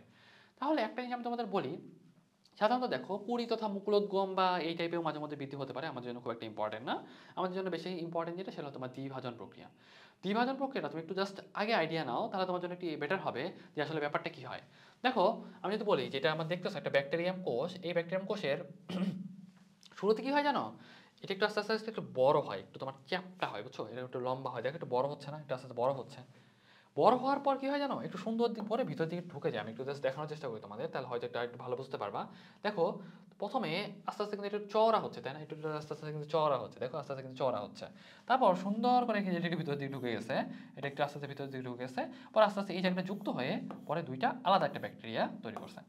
এই পুরো প্রসেসটা যেটা, সেটাকে বলা হয় দ্বিভাজন। আহামরি আমাদের জন্য খুব বেশি ইম্পর্টেন্ট না, সাধারণত এটা আমাদের এমসিকিউ হিসেবে আসে। ব্যাকটেরিয়া কোন প্রক্রিয়ায় বিভাজিত হয়, তাহলে বলবা দ্বিভাজন প্রক্রিয়ায় বিভাজিত হয়। ঠিক আছে? আই থিঙ্ক অন্তত এই ব্যাপারটা তোমাদের একটু বোঝাতে পারছি। এখান থেকে যে জিনিসটা আমাদের বেশি ইম্পর্টেন্ট সেটা হইলো যে ব্যাকটেরিয়ার ক্ষেত্রে একটা জিনিস আমি তোমাদের একটু দেখানোর চেষ্টা করি, খেয়াল করো যে প্রথমে কি হয়। আমি যদি তোমাকে বলি যে একটা কোষ সমান দুই ভাগে বিভক্ত হওয়ার যেটা নাম, সেটা কিন্তু আসলে দ্বিভাজন। অনেকভাবে বলা যায়, অনেক ব্যাপার স্যাপার বলছে। এত বেশি আমাদের জন্য খুব বেশি ইম্পর্টেন্ট যে ব্যাপারটা এরকম না। জাস্ট একটা জিনিস মনে রাখো, ব্যাকটেরিয়া কোন প্রক্রিয়ায় বিভাজিত হয়, তাহলে হলো দ্বিবিভাজন প্রক্রিয়ায় সাধারণত, বা দ্বিভাজন প্রক্রিয়ায় সাধারণত বিভাজিত হয়। একটা জিনিস একটু খেয়াল করলে বুঝতে পারবা, সাধারণত কি হয় যে প্রথমে ক্রোমোজোম তথা ডিএনএ যে পার্ট যেটা, সেটা কিন্তু মাঝামাঝি জায়গায় অবস্থান নেয়। দেখো তো আমাদের যে ডিএনএ যে পার্টটা যেটা দেখছো, সেটা কিন্তু মাঝামাঝি জায়গায় একটা অবস্থান নিয়েছে, তাই না? তারপর সাধারণত একটা জিনিস খেয়াল করো যে প্লাজমা মেমব্রেনের সাথে সংযুক্ত অবস্থায় ব্যাকটেরিয়া কিন্তু তোমার এই যে ডিএনএ যেটা, সেটা কিন্তু তোমার রেপ্লিকেশন হয়েছে। তোমরা হয়তো চ্যাপ্টার 1 পড়লে হয়তো জানবা ভাই রেপ্লিকেশন মানে কি। রেপ্লিকেশন মানে হইলো একটা ডিএনএ থেকে আরেকটা ডিএনএ তৈরি করা, মানে দুইটা ডিএনএ তৈরি হবে। তাহলে দেখো যখন তোমার মাঝামাঝি জায়গায় সংযুক্ত হইলো, তারপরে কিন্তু আস্তে করে সুন্দর করে কি হয়েছে, রেপ্লিকেশন হয়ে আলটিমেটলি কিন্তু তোমার দুইটা ডিএনএ তৈরি হয়েছে, তাই না? দুইটা ডিএনএ তৈরি হয়েছে। এবং আস্তে আস্তে কিন্তু একটু তোমার একটু চ্যাপ্টা টাইপের হচ্ছে না, একটু বড় হচ্ছে, খেয়াল করছো? দেখো তো কোষটা কিন্তু লম্বায় বৃদ্ধি পাচ্ছে। এবং কোষ প্রাচীর এবং প্লাজমা মেমব্রেনও কিন্তু, প্লাজমা মেমব্রেনও আস্তে আস্তে আস্তে আস্তে কিন্তু বৃদ্ধি পাচ্ছে। তারপর কি হয়েছে জানো? কোষ প্রাচীর ও প্লাজমা মেমব্রেন লম্বায় বৃদ্ধির কারণে ডিএনএটা দুই দিকে আলাদা আলাদা হয়ে গেছে, খেয়াল করছো? যখন আস্তে আস্তে এটা বড় হচ্ছিল, এটা আস্তে আস্তে যখন বড় হচ্ছে, এখানে মনে করো সাপোজ এই জায়গাটাতেই তোমার হলো সাধারণত রেপ্লিকেশনটা হয়েছে। এখানেই তোমার আগে দুইটা ছিল, যখন এই মাঝামাঝি একটু বড় হওয়া শুরু করছে, তখন কিন্তু তোমার এটা আস্তে আস্তে সরে আসছে, তাই না? খেয়াল করছো? এটা আস্তে আস্তে আস্তে কিন্তু সরে আসছে। তাহলে এই ব্যাপারটা একটু খেয়াল করো। সরে আসার পর যখন অনেকটা লম্বা একটু হয়ে গেছে, তখন প্লাজমা মেমব্রেনটা একটু ভিতরের দিকে আস্তে আস্তে ভিতরের দিকে ঢোকা শুরু করছে। দেখো আমি একটু দেখালে তুমি বুঝতে পারবা, একটু আস্তে আস্তে কিন্তু একটু ভিতরের দিকে ঢোকা শুরু করছে। তাহলে দেখো এই যে ভিতরের দিকে যে ঢুকে যাচ্ছে, এটাকে আমরা বলতেছি একটু, ইংলিশে বলে ইনভ্যাজিনেশন, মানে একটু ভিতরের দিকে ঢুকে যাওয়া। আস্তে আস্তে যখন এটা ঢুকতে থাকবে, তখন এই দুটো একসময় যুক্ত হয়ে গিয়ে পুরো দুইটা আলাদা ব্যাকটেরিয়া তৈরি করে ফেলবে। তাহলে দেখো ওই কথাটাই বলছে, লম্বা বৃদ্ধিপ্রাপ্ত হয়, মাঝখানে প্লাজমা মেমব্রেন যেটা, সেটা আস্তে আস্তে ভিতরের দিকে বৃদ্ধিপ্রাপ্ত হতে থাকে এবং আস্তে আস্তে কোষপ্রাচীর সংশ্লেষিত হয়। একসময় একটা কোষ দুটো কোষে পরিণত হয় এবং শেষ পর্যায়ে গিয়ে টার্গার প্রেসারের কারণে তোমার সুন্দর করে তোমার দুইটা আলাদা করে তোমার মূল কথা দুইটা ব্যাকটেরিয়া তৈরি হয়ে যায়। সহজ কথা, এটা আমাদের কখনো সিকিউতেও আসে না, আমাদের কখনো এমসিকিউতেও আসে না। যদি একটা জিনিসই জানতে চাই আমাদের কোন প্রক্রিয়ার মাধ্যমে আমাদের ব্যাকটেরিয়া যেটা সেটা বিভাজিত হয়, তাহলে বলবো দ্বিভাজন প্রক্রিয়ার মাধ্যমে বিভাজিত হয়। আই থিঙ্ক এই ব্যাপারটা অন্তত তোমাদের বোঝাইতে পারছি। এখন এখানে অনেকগুলো কথা বলছে, এটা তোমরা যদি একটু রিডিং দিও তাহলে তোমার জন্য একটু বেটার হয়। একটা তোমার এই জায়গাটা একটু তোমরা যদি রিডিং দাও, তাহলে তোমার জন্য মোটামুটি একটু ক্লিয়ার হয়ে যাবে। মুকুলোদ্গম ব্যাপারটা আমাদের জন্য খুব বেশি ইম্পর্টেন্ট না। মুকুলোদ্গম জিনিসটা কি জানো, তোমার একটু আইডিয়া দেওয়ার চেষ্টা করি। সাপোজ মনে করো এটা একটা ব্যাকটেরিয়া ছিল, ব্যাকটেরিয়াটা আস্তে করে একটু উপবৃদ্ধি হলো, এরপর একটু উপরের দিকে ফুটকুড়ি টাইপের কিছু একটা হইলো, তখন এইখানকার যে নিউক্লিয়াস যেটা ছিল, নিউক্লিয়াসটা তোমার দুই ভাগে বিভক্ত হইলো, এবং এই একটা নিউক্লিয়াস এখানে থেকে যায়, এবং আরেকটা নিউক্লিয়াস এই যে ফুটকুড়ি টাইপের একটা জায়গা তৈরি হইলো বা একটু উপবৃদ্ধি যেখানে তৈরি হয়েছিল সেটার ভিতরে ঢুকে যায়, এবং সুন্দর করে দুই ভাগে ভাগ হয়ে দুইটা আলাদা ব্যাকটেরিয়া তৈরি করে। ওকে, তাহলে এটাকেই বলা হয় মুকুলোদ্গম। তাহলে আশা করা যায় এটা তোমরা অন্তত বুঝতে পারছো। ওকে, তোমরা এটা জাস্ট একটু রিডিং দিবা, আহামরি আমাদের জন্য খুব বেশি যে ইম্পর্টেন্ট ব্যাপারটা এরকম না, তোমরা জাস্ট একটু রিডিং দিলেই তোমরা বুঝতে পারবা। দেখো, সাধারণত একটা তোমার কুড়ি সৃষ্টি হয়, তারপর তোমার যে নিউক্লিয়াস যেটা সেটা সাধারণত দুই ভাগে ভাগ হয়ে যায়, একটা নিউক্লিয়াসটা ওই কুড়ির ভিতরে প্রবেশ করে, পরে আস্তে আস্তে আস্তে কিন্তু তোমার দুইটা ব্যাকটেরিয়াতে পরিণত হয়। তাহলে আই থিঙ্ক এই ব্যাপারটা অন্তত বোঝাইতে পারছি। অজনজনন যেটা, অজনজননের ক্ষেত্রে তোমার দুইটা কথা বলা আছে, একটা গনিডিয়া আর এটা তোমার হলো অ্যান্ডোস্পোর। আহামরি আমাদের জন্য খুব বেশি ইম্পর্টেন্ট যে ব্যাপারটা এরকম না, জাস্ট তোমরা একটু জাস্ট রিডিং পড়ে চলে যাবা, তাহলে তোমার জন্য একটু ইজি হয়। তারপর আমি তোমাদের একটু বলার চেষ্টা করি, লিউকোথ্রিস টাইপের যে ব্যাকটেরিয়া যেগুলো আছে সেগুলোর সামনের দিকটা থেকে সাধারণত তোমাদের মানে অজনজনন প্রক্রিয়ায় একটা তোমার গনিডিয়া তৈরি হওয়ার মাধ্যমে একটা তোমার নতুন ব্যাকটেরিয়া তৈরি হতে পারে। আমাদের জন্য খুবই খুবই লেস ইম্পর্টেন্ট। যদি মেডিকেল অ্যাসপিরেন্ট যারা আছো তারা চাইলে একটু গনিডিয়া কোথায় দেখা যায়, তাহলে লিউকোথ্রিসে পাওয়া যায়, এটা তোমরা জাস্ট একটু চাইলে পড়তে পারো। আর অ্যান্ডোস্পোর যেটা, অ্যান্ডোস্পোরটা সাধারণত পাওয়া যায় কোথায়, ব্যাসিলিয়াসিয়াতে। এটা জাস্ট আমাদের যে একাডেমিকের ক্যান্ডিডেট যারা আছো বা সাপোজ মনে করো যারা কেবল 25-এর ব্যাচ বা 26-এর ব্যাচ, তাদের জন্য এইসব জিনিস মুখস্থ করার কোনো দরকার নাই, মুকুলোদ্গম পড়ার দরকার নাই, এই যে এইসব জিনিস যে অজনজনন এটাও পড়ার দরকার নাই। যদি ভালো না লাগে তাহলে তোমার দ্বিভাজনটাও পড়ার দরকার নেই, দ্বিভাজনও খুব কমই আসে, বুঝতে পারছো। তবে একটু যখন তোমার আরেকটু মনে হবে যে ভাই আরেকটু পড়া দরকার, তখন একটু দ্বিভাজনটাও একটু পড়ে নিও যারা এখন একাডেমিকে আসো। আর যারা অ্যাডমিশনে যা চলে আসছো অলরেডি, তাদের ক্ষেত্রে তো এটা আসলে বাদ দেওয়ার উপায় নাই, তাদের ক্ষেত্রে কিন্তু মেডিকেল অ্যাডমিশনে অবশ্যই লাগবে, ভার্সিটি অ্যাডমিশনে কিন্তু আসতে পারে। তাহলে একটা জিনিস একটু খেয়াল করো, আমি যে তোমাদের এখন জিজ্ঞাসা করি যৌনজনন যে প্রক্রিয়া যেটা, এখন দেখো অ্যান্ডোস্পোর যেটা বা অন্তরেণু যে প্রক্রিয়া যেটা সেটা একটু খেয়াল করো। সাধারণত ব্যাসিলাসিয়া যেটা সেটাতে সাধারণত মানে অ্যান্ডোস্পোর দেখা যায়, জাস্ট একটা মনে রাখবো প্রতিকূল অবস্থা অতিক্রম করে মাত্র, এখানে অনেক অনেক অনেক অনেক ব্যাপার বলছে, আমি তোমাদের একটু ব্যাপারটা একটু বোঝানোর চেষ্টা করি, তাহলে হয়তো একটু বুঝতে পারবা।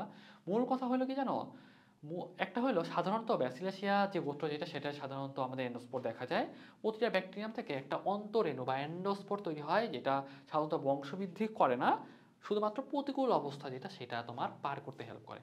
তাহলে অ্যান্ডোস্পোর জিনিসটা কি, একটা ব্যাকটেরিয়াম থেকে একটা স্পোর টাইপের জিনিস তৈরি হয়। যেই স্পোরে থাকা অবস্থায় সে বংশবৃদ্ধির কিছুই করবে না, জাস্ট চুপ করে ঘাপটি মেরে বসে থাকবে, প্রতিকূল পরিবেশে চলে যাবে, তখন প্রতিকূল পরিবেশ থেকে বের হয়ে এসে সে নিজের মতো করে আবার বংশবৃদ্ধি করবে, এটা হলো অ্যান্ডোস্পোর। এর থেকে বেশি কিচ্ছু করার দরকার নেই। ওকে, সামনে চলে আসো। যৌনজননের ক্ষেত্রে অনেক কথাবার্তা বলছে। যৌনজননের ক্ষেত্রে তোমার কনজুগেশন বলে একটা ব্যাপার আছে, তারপর ট্রান্সফরমেশন বলে একটা ব্যাপার আছে, আর ট্রান্সডাকশন বলে একটা ব্যাপার আছে। আমি একটু ব্যাপারটা বলানোর চেষ্টা করি। দেখো আমি তোমাকে ইন শর্ট একটু বলি, হ্যাঁ, কনজুগেশন বা নালীপথে একটা জিনিস একটু খেয়াল করো, আমি যে তোমাদের একটু বলার চেষ্টা করি তাহলে হয়তো তোমরা বুঝতে পারবা। মনে করো এটা একটা তোমাদের হলো ব্যাকটেরিয়াম, এটা একটা ব্যাকটেরিয়াম, একটা এই যখন কাছাকাছি আসে তখন এরকম একটা তোমার নালীপথ বা একটা নালীপথ তৈরি হয়। এই নালীপথের মাধ্যমে এদের যে প্লাজমিড যেটা আছে, প্লাজমিডটা মনে করো কিছুটা পার্ট সুন্দর করে বিভাজিত হয়ে একটা পার্ট এখানে চলে যায় এবং আরেকটা পার্ট এখানে থেকে যায়। আলটিমেটলি তোমার যেই বংশ, সাপোজ আমি তোমাকে একটা ব্যাপার বলি, মূল কথা সাপোজ যে প্লাজমিড যেটা সেটা কিন্তু তোমার একটা এক্সট্রা একটা বৃত্তাকার ডিএনএ বা গোলাকার ডিএনএ। এই প্লাজমিডটা কিন্তু ক্ষেত্র বিশেষে বিভিন্ন ধরনের প্রতিরোধ ক্ষমতা সম্পন্ন, অ্যান্টিবায়োটিক রেজিস্ট্যান্স ক্ষমতা বলো বা অন্যান্য কিন্তু অনেক বৈশিষ্ট্য সে রাখতে পারে বা প্রয়োজনে অর্জন করতে পারে। সেই বৈশিষ্ট্যটা সে চাইলে প্লাজমিডের মাধ্যমে তোমার এইখান থেকে এই একটা ব্যাকটেরিয়া থেকে আরেকটা ব্যাকটেরিয়া পাঠিয়ে দিতে পারে, কোন পথে, নালী পথে। তাহলে দেখো আমরা একটু বইয়ে যাই, একটু রিডিং পড়ার চেষ্টা করি, তাহলে হয়তো তোমরা বুঝতে পারবা। একটা দাতা কোষ, একটা গ্রহিতা কোষ একটা ফাঁপা নলের মতো একটা কনজুকশন নালীপথ তৈরি করে। নালীপথে দাতা কোষ থেকে প্লাজমিড গ্রহিতা কোষে স্থানান্তরিত হয়। প্রথমে প্লাজমিডটা রেপ্লিকেট করে দুইটা হয়। তাহলে ব্যাপারটা খেয়াল করছো? দেখো তো, তাহলে ওই কথাটা এখানে সুন্দর করে বলা আছে যে প্রথমে এই যে আমার দেখতেছো না যে প্লাজমিড যেটা আছে, প্লাজমিডটা আগে রেপ্লিকেশন হয়েছে, দুইটা প্লাজমিড তৈরি করছে, তারপর একটা নালীপথ তৈরি হয়েছে, একটা প্লাজমিডকে আমরা এখানে পাঠাই দিছি আর একটা প্লাজমিড এখানে থেকে গেছে। তাহলে এই পুরো প্রসেস যেটা সেটাকে বলা হয় কনজুগেশন বা নালীপথে আমরা কিন্তু একটা প্লাজমিডকে আরেকটা প্লাজমিডে পাঠাই দিয়ে আমাদের যে স্পেশাল যে কোয়ালিটি ব্যাকটেরিয়া, যে সাপোজ মনে করো একটা ব্যাকটেরিয়া কোনো একটা প্রতিকূল পরিবেশে থেকে থেকে থেকে থেকে একটা বৈশিষ্ট্য অর্জন করছে, সেই বৈশিষ্ট্যটা একটা ব্যাকটেরিয়া থেকে আরেকটা ব্যাকটেরিয়া পৌঁছাই দিতে পারে, বুঝছো? ওই তোমরা বলো না অ্যান্টিবায়োটিক রেজিস্ট্যান্স, তোমাদের কিন্তু মানে এই ক্লাসে বেশ কয়েকবার তোমাদের এই নিয়ে কিন্তু আলোচনা করছি। সাপোজ মনে করো তুমি হলো অ্যান্টিবায়োটিকের ডোজ কমপ্লিট করলা না, জাস্ট একটা খেয়ে বসে থাকলা, ওই ব্যাকটেরিয়াটা কিন্তু পুরোপুরি মরে নাই, হ্যাঁ, আধা মরা ছিল, তার মানে কি সে কিন্তু এক সময় গিয়ে আবার বেঁচে যাবে, তাই না? তুমি যে অ্যান্টিবায়োটিক পুরোপুরি কমপ্লিট করলা না, অ্যান্টিবায়োটিক ডোজ যে তুমি পুরোপুরি কমপ্লিট করলা না, তাহলে হয়েছে কি যে তুমি একদিন খেয়ে অফ করে দিছো, সেই ব্যাগটা কিন্তু পুরোপুরি মারা যায় না, সে কিন্তু আহত হয়ে আছে মাত্র, বুঝছো? তাহলে সে একটা প্রতিকূল পরিবেশ থেকে বেঁচে আসলো না, বেঁচে আসার পর মানে কি সে কিন্তু একটা অভিযোজন ক্ষমতা সম্পন্ন একটা গুণ অর্জন করবে। সেই গুণটা কনজুগেশনের মাধ্যমে নালীপথে একটা রেপ্লিকেশনের মাধ্যমে আরেকটা প্লাজমিড তৈরি করবে। এই যে তোমার অ্যান্টিবায়োটিক ক্ষমতা সম্পন্ন প্লাজমিড যেটা, সেটা আরেকটা ব্যাকটেরিয়াতে পৌঁছায় দিবে। এভাবে আরেকটা থেকে আরেকটা, আরেকটা থেকে আরেকটা, আরেকটা থেকে আরেকটা। তুমি যেহেতু অ্যান্টিবায়োটিক কোর্সটা কমপ্লিট করা নাই, তুমি যেই ব্যাকটেরিয়াকে মারতে চাইছিলা সে কিন্তু মরে নাই, বরঞ্চ সে তোমার নতুন করে অভিযোজন ক্ষমতা সম্পন্ন হয়ে তোমার বিরুদ্ধে সে যুদ্ধ করতেছে এবং অন্য একটা পুরো আর্মি ক্রিয়েট করতেছে, যাতে তুমি পরবর্তীতে অ্যান্টিবায়োটিক যদি খাও, তোমার অ্যান্টিবায়োটিক যেন তাদের কোনো ক্ষতি করতে না পারে সেটার ব্যবস্থাও সে করে রাখতেছে। ব্যাপারটা বুঝতে পারছো কত ভয়ঙ্কর একটা ব্যাপার? সেই জন্য অবশ্যই ডাক্তারের পরামর্শ চলবা, যেখানে তোমার অ্যান্টিবায়োটিক খাওয়া দরকার সেখানে খাবা, যেখানে খাওয়া দরকার না সেখানে খাবা না। ফার্মেসি মামাদের কথা শুনে হুটহাট একটা অ্যান্টিবায়োটিক এনে খেয়ে ফেললাম, 2 দিন খাইলাম তারপর বাদ দিয়ে দিলাম, এই কাজ কখন করা যাবে না। ওকে, তারপর দেখো ওই কথাটা এখানে বলা হয়েছে। তারপর চলে আসো যে অতি বিরল ক্ষেত্রে তোমার আংশিক ক্রোমোজোমও এই নালীপথে। দেখো অতি বিরল ক্ষেত্রে দাতা কোষের আংশিক ক্রোমোজোম, মূল কথা এদের তো মূল একটা ক্রোমোজোম থাকে, তাই না? মূল একটা ক্রোমোজোম থাকে, সেই ক্রোমোজোমটা কিছু কিছু ক্ষেত্রে গেলেও যাইতে পারে। ওকে, আহামরি আমাদের জন্য খুব বেশি ইম্পর্টেন্ট না, তোমরা একটু জাস্ট রিডিং পড়ে চলে যেতে পারো। ট্রান্সফরমেশন যে ব্যাপার যেটা, সেটা একটু খেয়াল করো। ট্রান্সফরমেশন ব্যাপারটা কি জানো? পরিবেশ থেকে অন্য ব্যাকটেরিয়ার ডিএনএ গ্রহিতা কোষে প্রবেশ করে রিকম্বিনেশন ঘটাতে পারে, যেটাকে বলা হয় ট্রান্সফরমেশন। সাপোজ আমি তোমাকে একটা ব্যাপার বলি, মনে করো পরিবেশে একটা তোমার ডিএনএ পড়েছিল, সাপোজ মনে করো এটা তোমার পরিবেশে সাপোজ মনে করো এরকম একটা ডিএনএ পড়েছিল। ওকে, সাপোজ মনে করো যে এরকম একটা ডিএনএ পড়েছিল, সাপোজ মনে করো এটা তোমার একটা ব্যাকটেরিয়া। হ্যাঁ, এই ব্যাকটেরিয়াটা এই ডিএনএটাকে ভিতরে ঢুকাই নিবে। এই ব্যাকটেরিয়া তো আগে থেকেই একটা ডিএনএ ছিল, তাই না? বৃত্তাকার একটা ডিএনএ ছিল। তখন এই ডিএনএটা ভিতরে ঢোকার পর কি করবে জানো? ব্যাকটেরিয়াটা সুন্দর করে এই সাপোজ মনে করো এই যে ডিএনএটা এখানে কাটবে। হ্যাঁ, এখানে সাপোজ একটু করে কাটবে, কেটে এই যে ডিএনএ যেটা, এই ডিএনএটাকে এখন সুন্দর করে ঢুকাই দিবে, বুঝছো? এইখানে এই ডিএনএটাকে সুন্দর করে ঢুকাই দিবে, একটা রিকম্বিনেন্ট একটা ডিএনএ তৈরি করবে, মানে একটা হাইব্রিড ডিএনএ সম্বলিত একটা তোমার ব্যাকটেরিয়া এখন তৈরি হলো। তাহলে এই পুরো প্রসেস যেটা, সেটাকে বলা হয় ট্রান্সফরমেশন। তো ট্রান্সফরমেশন জিনিসটা কি? পরিবেশে মনে করে একটা ডিএনএ পড়ে আছে, সেই ডিএনএটাকে আমার যে ব্যাকটেরিয়া যেটা, সেটা ভিতরে প্রবেশ করাই নিবে, নিজে গ্রহণ করে নিবে, এবং একটা এই জায়গাতে একটু কেটে নিজে নিজে এই জায়গাতে একটু কেটে এই ডিএনএটাকে ঢুকাই দিয়ে একটা রিকম্বিনেন্ট মানে একটা হাইব্রিড টাইপের ডিএনএ সম্বলিত একটা ব্যাকটেরিয়া নিজে তৈরি হয়ে গেল। তো এটাকে বলা হয় ট্রান্সফরমেশন। ওকে, তাহলে আই থিঙ্ক এই ব্যাপারটা অন্তত তোমাদের বোঝাইতে পারছি। তারপর একটা ব্যাপার দেখো যে ট্রান্সডাকশন বলে একটা ব্যাপার আছে, একটু খেয়াল করো। ফাজ ভাইরাসের মাধ্যমে এক ব্যাকটেরিয়ার জিনোম বা কখনো ফাজ জিনোম অন্য ব্যাকটেরিয়াতে প্রবেশ করতে পারে। তোমাদের মনে পড়ে লাইসোজেনিক চক্রে আমাদের কিন্তু একটা প্রোফাজ তৈরি হয়েছিল, মনে পড়ে? প্রোফাজ তৈরি হয়েছিল, ওই প্রোফাজটা যদি অন্য কোনো একটা ব্যাকটেরিয়ার ভিতরে ঢুকে যায়, তাহলে সেই প্রসেসটাকে আমরা বলবো হলো ট্রান্সডাকশন। আহামরি আমাদের জন্য খুব বেশি ইম্পর্টেন্ট না, যারা একাডেমিকে আসো তারা চাইলে স্কিপ করতে পারো। যদি মনে হয় যে ভাই আসলে এটা আমাদের জন্য কঠিন হয়ে যাচ্ছে, তাহলে তোমরা বাদ দিতে পারো। তবে যারা অলরেডি 24 ব্যাচ বা একটু অ্যাডমিশন চলে আসছো, বা একটু 25 ব্যাচ যারা একটু অ্যাডভান্স থাকতে চাও, তারা কিন্তু অবশ্যই এটা একটু পড়ে রাখো, তোমাদের জন্য একটু বেটার হবে। সহজ কথা আমি যদি বলি এখান থেকে কোশ্চেনটা কেমন হতে পারে, তাহলে বলবা ট্রান্সডাকশন মানে কি আর ট্রান্সফরমেশন মানে কি। ট্রান্সফরমেশন মানে হলো পরিবেশ থেকে একটা তোমার ডিএনএ যেটা, সেটাকে সে নিজের ভিতরে ঢুকাই নিয়ে রিকম্বিনেন্ট ডিএনএ এর মাধ্যমে একটা হাইব্রিড ডিএনএ সম্বলিত একটা ব্যাকটেরিয়া তৈরি করতেছে। আর ট্রান্সডাকশন মানে কি, একটা প্রোফাজ সম্বলিত বা অন্য একটা কোনো একটা যে ব্যাকটেরিয়া যেটা, সেটার যে ডিএনএ যেটা, দেখো একটা কথা বলতেছে এখানে যে ফাজ ভাইরাসের মাধ্যমে, এটা অবশ্যই এখানে একটা ফাজ ভাইরাসের একটা ব্যাপার থাকবে। ফাজ ভাইরাসের মাধ্যমে এক ব্যাকটেরিয়ার জিনোম বা ফাজ জিনোম অন্য ব্যাকটেরিয়াতে প্রবেশ করলে সেটাকে বলতেছিলাম আমরা ট্রান্সডাকশন। তো আমি যদি বলি যেটা কে আবিষ্কার করছে, বিজ্ঞানী নাম যদি মনে রাখতে পারো তাহলে তো ভালোই, না রাখতে পারলে সমস্যা নাই। তবে একাডেমিক ক্যান্ডিডেট যারা আছো তাদের জন্য আসলে নামটা স্কিপ করাটাই বেটার, কারণ এত কিছু তোমাদের মনে থাকবে না। এবং কোথায় দেখা গেছে সালমোনেলা, এটাও তোমাদের মনে রাখার দরকার নাই, তবে যারা অ্যাডমিশন দিবা তারা এটা অবশ্যই ভালোভাবে পড়বা। তারপর দেখো এখানে আরো অনেক ব্যাপারগুলো আছে, এগুলো একটু স্কিপ করতে পারো চাইলে নামগুলো। তবে অর্থনৈতিক গুরুত্ব যেটা, অর্থনৈতিক গুরুত্বে চলে আসো। অর্থনৈতিক গুরুত্ব আমাদের জন্য বেশি ইম্পর্টেন্ট চিকিৎসা ক্ষেত্রে। এই যে অ্যান্টিবায়োটিক তৈরিতে দেখো ব্যাকটেরিয়া হতেই সাবটিলিন, পলিমিক্সিন এবং যে আমাদের এই যে সাবটিলিন এবং পলিমিক্সিন, এই দুটো আমাদের অ্যান্টিবায়োটিক তৈরি করা যায়। তেমন একটা ব্যাপার বুঝতে পারতেছো, ব্যাকটেরিয়াকে কাজে লাগাই ব্যাকটেরিয়ার বিরুদ্ধে আমি অ্যান্টিবায়োটিক তৈরি করতে পারতেছি। ব্যাপারটা অনেকটা মজার না? ব্যাকটেরিয়া এই ব্যাপারটা হচ্ছে দেখো হয় কি যে সাপোজ যে গাদ্দারি করে না, ব্যাপারটা এরকম সাপোজ আমি মনে করো যে তোমারই কোনো ফ্রেন্ড তোমার বাঁচতে দিল সুন্দর করে, ব্যাকটেরিয়া খেতে ব্যাপারটা এরকমই, বুঝছো? ওই ব্যাকটেরিয়া যে উপাদানটা তৈরি করতেছে সেই ব্যাকটেরিয়া দিয়েই আরেকটা আমি ব্যাকটেরিয়াকে মারতে পারতেছে। এটাই হলো তোমার অ্যান্টিবায়োটিক ক্ষমতা সম্পন্ন একটা ব্যাপার, যেটা কিন্তু সে আমার ব্যাকটেরিয়া থেকেই আরেকটা অ্যান্টিবায়োটিক তৈরি করতে পারতেছে, যে অ্যান্টিবায়োটিকটাকে কাজে লাগায় অন্য একটা মানে অপকারী একটা ব্যাকটেরিয়া যেটা, সেটার এগেনস্টে অ্যান্টিবায়োটিক তৈরি করে ওই ব্যাকটেরিয়াটাকে আমি মারতে পারবো। ব্যাপারটা বুঝতে পারতেছো? তাহলে দেখো যে প্রতিষেধক টিকা তৈরি করতেও হেল্প করে, যেমন দেখো আমাদের যে ডিপথেরিয়ার টিকা, তারপর হলো যে টিটেনাসের টিকা, তারপর যে আমাদের পার্টোসিস বা হুপিং কফের যে টিকা, সেটা কিন্তু টিকাগুলো আমরা ব্যাকটেরিয়া থেকে তৈরি করতে পারি। তো আমি যদি তোমাকে জিজ্ঞাসা করি আমরা কী কী টিকা তৈরি করি, তাহলে বলবা যে আমরা ডিপিটি ভ্যাকসিন যেটা, হ্যাঁ, ডিপথেরিয়া, পার্টোসিস বা হুপিং কষি আর টিটেনাস যেটা, সেটা টিকাটা কিন্তু আমরা ব্যাকটেরিয়া থেকে তৈরি করতে পারি। আর কী কী অ্যান্টিবায়োটিক তৈরি করছিলাম? সাবটিলিন আর পলিমিক্সিন। এটা আমি মনে রাখি কেমন জানো? সাপ দিয়ে মনে রাখি। কী দিয়ে মনে রাখি? সাপ।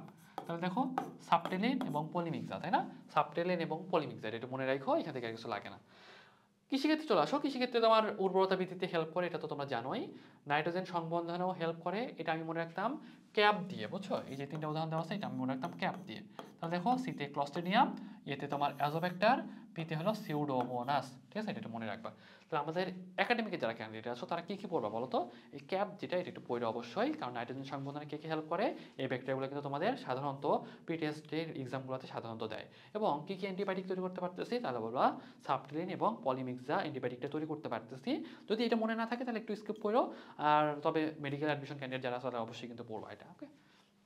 তাহলে দেখো যে এখানে আরও অনেক ব্যাপার আছে। নাইট্রোজেন সংবন্ধনে হেল্প করে রাইজোবিয়াম ব্যাকটেরিয়া জাতীয় উদ্ভিদের মানে মূলে নডিউলে সেই অনেক ব্যাপার স্যাপার আছে, এগুলো চাইলে তোমরা একটু পড়তে পারো। যে রাইজোবিয়াম গণে 3টা প্রজাতি, এগুলো আসলে আমার জন্য খুব একটা আহামরি ইম্পর্টেন্ট ব্যাপার না। দেখো নাইট্রিফিকেশন যেটা, নাইট্রিফিকেশনের ক্ষেত্রে খেয়াল করো যে অ্যামোনিয়াকে নাইট্রেটে পরিণত করাকে বলা হয় নাইট্রিফিকেশন। এখন ব্যাপারটা হলো নাইট্রিফিকেশন কেন দরকার? অ্যামোনিয়া মানে একটা গ্যাস, তাই না? তুমি এখন ইউরিয়া তুমি মাটিতে দিলা বা ইউরিয়া সার তুমি মাটিতে দিলা, সে ইউরিয়াটা তো পরবর্তীতে ভেঙে গিয়ে অ্যামোনিয়া তৈরি করবে, তাই না? অ্যামোনিয়া তো একটা গ্যাস, সে তো আবার হলো তোমার বাতাসে উড়ে চলে যাবে। তার মানে কি ইউরিয়া সার যে দিলা সেটা তুমি মাটিতে জমা করতে পারতেছো না, তাই না? এই অ্যামোনিয়াটাকে আমি যদি নাইট্রেটে পরিণত করতে পারি, হ্যাঁ, এই অ্যামোনিয়াটাকে যদি আমি নাইট্রেটে পরিণত করতে পারি, তাহলে মাটিতে থাকা মনে করো সাপোজ কোনো একটা ক্যাটায়ন, ক্যালসিয়াম বলো বা পটাশিয়াম বলো বা সোডিয়াম বলো, সের সাথে মিলে সোডিয়াম নাইট্রেট বা পটাশিয়াম নাইট্রেট বা কোনো একটা নাইট্রেট টাইপের লবণ হিসেবে সেটা কিন্তু মাটিতে আমি জমা করে রাখতে পারবো না। সেটা আমার জন্য একটু বেটার হয় না? তাহলে কিন্তু আমাদের এত বেশি বেশি ঘন ঘন কিন্তু আমার ইউরিয়া সার দেওয়া লাগবে না, তাই না? ওই ব্যাপারটা কিন্তু এখানে আলোচনা করা হয়েছে, ওকে? তাহলে দেখো ওই কথাটা একটু বলছে, একটু তোমরা একটু পড়বা। নাইট্রিফিকেশন কি হেল্প করে বলো? নাইট্রিফিকেশন হেল্প করে হলো তোমার নাইট্রোসোমোনাস এবং নাইট্রোকক্কাস, এটা কিন্তু নামের সাথে মিল পাওয়া যায়। দেখো নাইট্রো। তারপর দেখো পতঙ্গনাশক হিসেবে ইউজ করা হয়, এটা একটু পড়বা।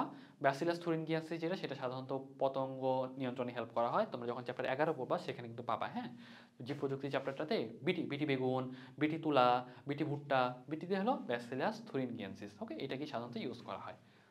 তারপর দেখো খাদ্য তৈরিতে একটু তোমরা পড়বা, ল্যাক্টোব্যাসিলাস ফলন বৃদ্ধিতে হেল্প করে। এই এমসিকিউটা দেখো, কত ধানের উৎপাদন কতটুকু বাড়ায়? 33.8% বাড়ায়। এবং তোমার হলো গমের উৎপাদন তোমার হলো 20.8% বাড়ানো গেছে। এটা আমাদের অর্ধবার্ষিক বলো বা আমাদের যে টেস্ট পরীক্ষা হয় সেটার জন্য ইম্পর্টেন্ট, এবং মেডিকেল অ্যাডমিশনের জন্য বেশ ইম্পর্টেন্ট।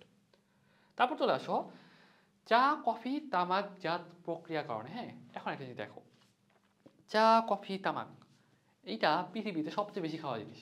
চা গরুর মতো খায় মানুষ। আমি অনেক চা খাই, আমি কফি খাই অনেক, তবে আমি সিগারেট খাই না, সেটা আমার বলে লাভ নাই। তাহলে দেখো যে তোমার চা, কফি, তামাক এগুলোতে কি হেল্প করে বলো? তাহলে বলো মেগাটেরিয়াম। অনেক বেশি খাওয়া হয় না, বেশি মানে কি মেগা, মেগা মানে বড়, অনেক বেশি খাওয়া হয়, দেখে মনে রাখো মেগাটেরিয়াম। তাহলে দেখো আমি যদি বলি যে মেগাটেরিয়াম, শুধুমাত্র এই পার্টটা মনে রাখো, এই পার্টটা মনে রাখলেই হবে, হ্যাঁ? তাহলে দেখো এটা মনে রাখবো কীভাবে বলো? এর মনে রাখার উপায়টা বলে দিচ্ছি, এটা একটু খেয়াল রাখো। তাহলে দেখো মেগা, মেগা মানে কি বলো? বেশি। মেগা মানে কি? বেশি। তাহলে বেশি খাওয়া হয় কোনগুলো? চা, কফি, তামাকগুলো বেশি খাওয়া হয়। তাহলে মনে রাখো কীভাবে বলো? তাহলে বললো ব্যাসিলাস মেগাটেরিয়াম দিয়ে সাধারণত তোমার চা, কফি, তামাক এগুলো তোমার প্রক্রিয়াজাত করা হয়। তাহলে আশা করি এই 9 নাম্বারটা পারবা। 10 নাম্বারটা দেখো দুগ্ধজাত শিল্পে ইউজ করা হয়, তাই না? তাহলে দেখো দুগ্ধজাত, দুধে ল্যাকটোজেন থাকে, এটা কি তোমরা জানো? দুধে ল্যাকটোজেন থাকে, আই থিঙ্ক এটা তোমরা অন্তত জানো। তাহলে দেখো ল্যাকটোব্যাসিলাস, তাহলে দেখো এই ল্যাকটিস এই কথাটা থাকলে সেটা কি হবে? দুগ্ধজাত শিল্পে ইউজ হবে। আই থিঙ্ক এই ব্যাপারটা অন্তত তোমরা বলতে পারবা। পাট শিল্পে, পাট শিল্পে দেখো পাট থেকে কিন্তু তোমার সুতা তৈরি হয়, সুতা দিয়ে আমরা কাপড় তৈরি করি। কাপড় মানে কি বলো? ক্লথ, তাই না? কাপড় মানে কি বলো? ক্লথ। তাহলে একটু তোমরা লিখে নাও, এটার সাথে একটু সুন্দর করে লিখে নাও।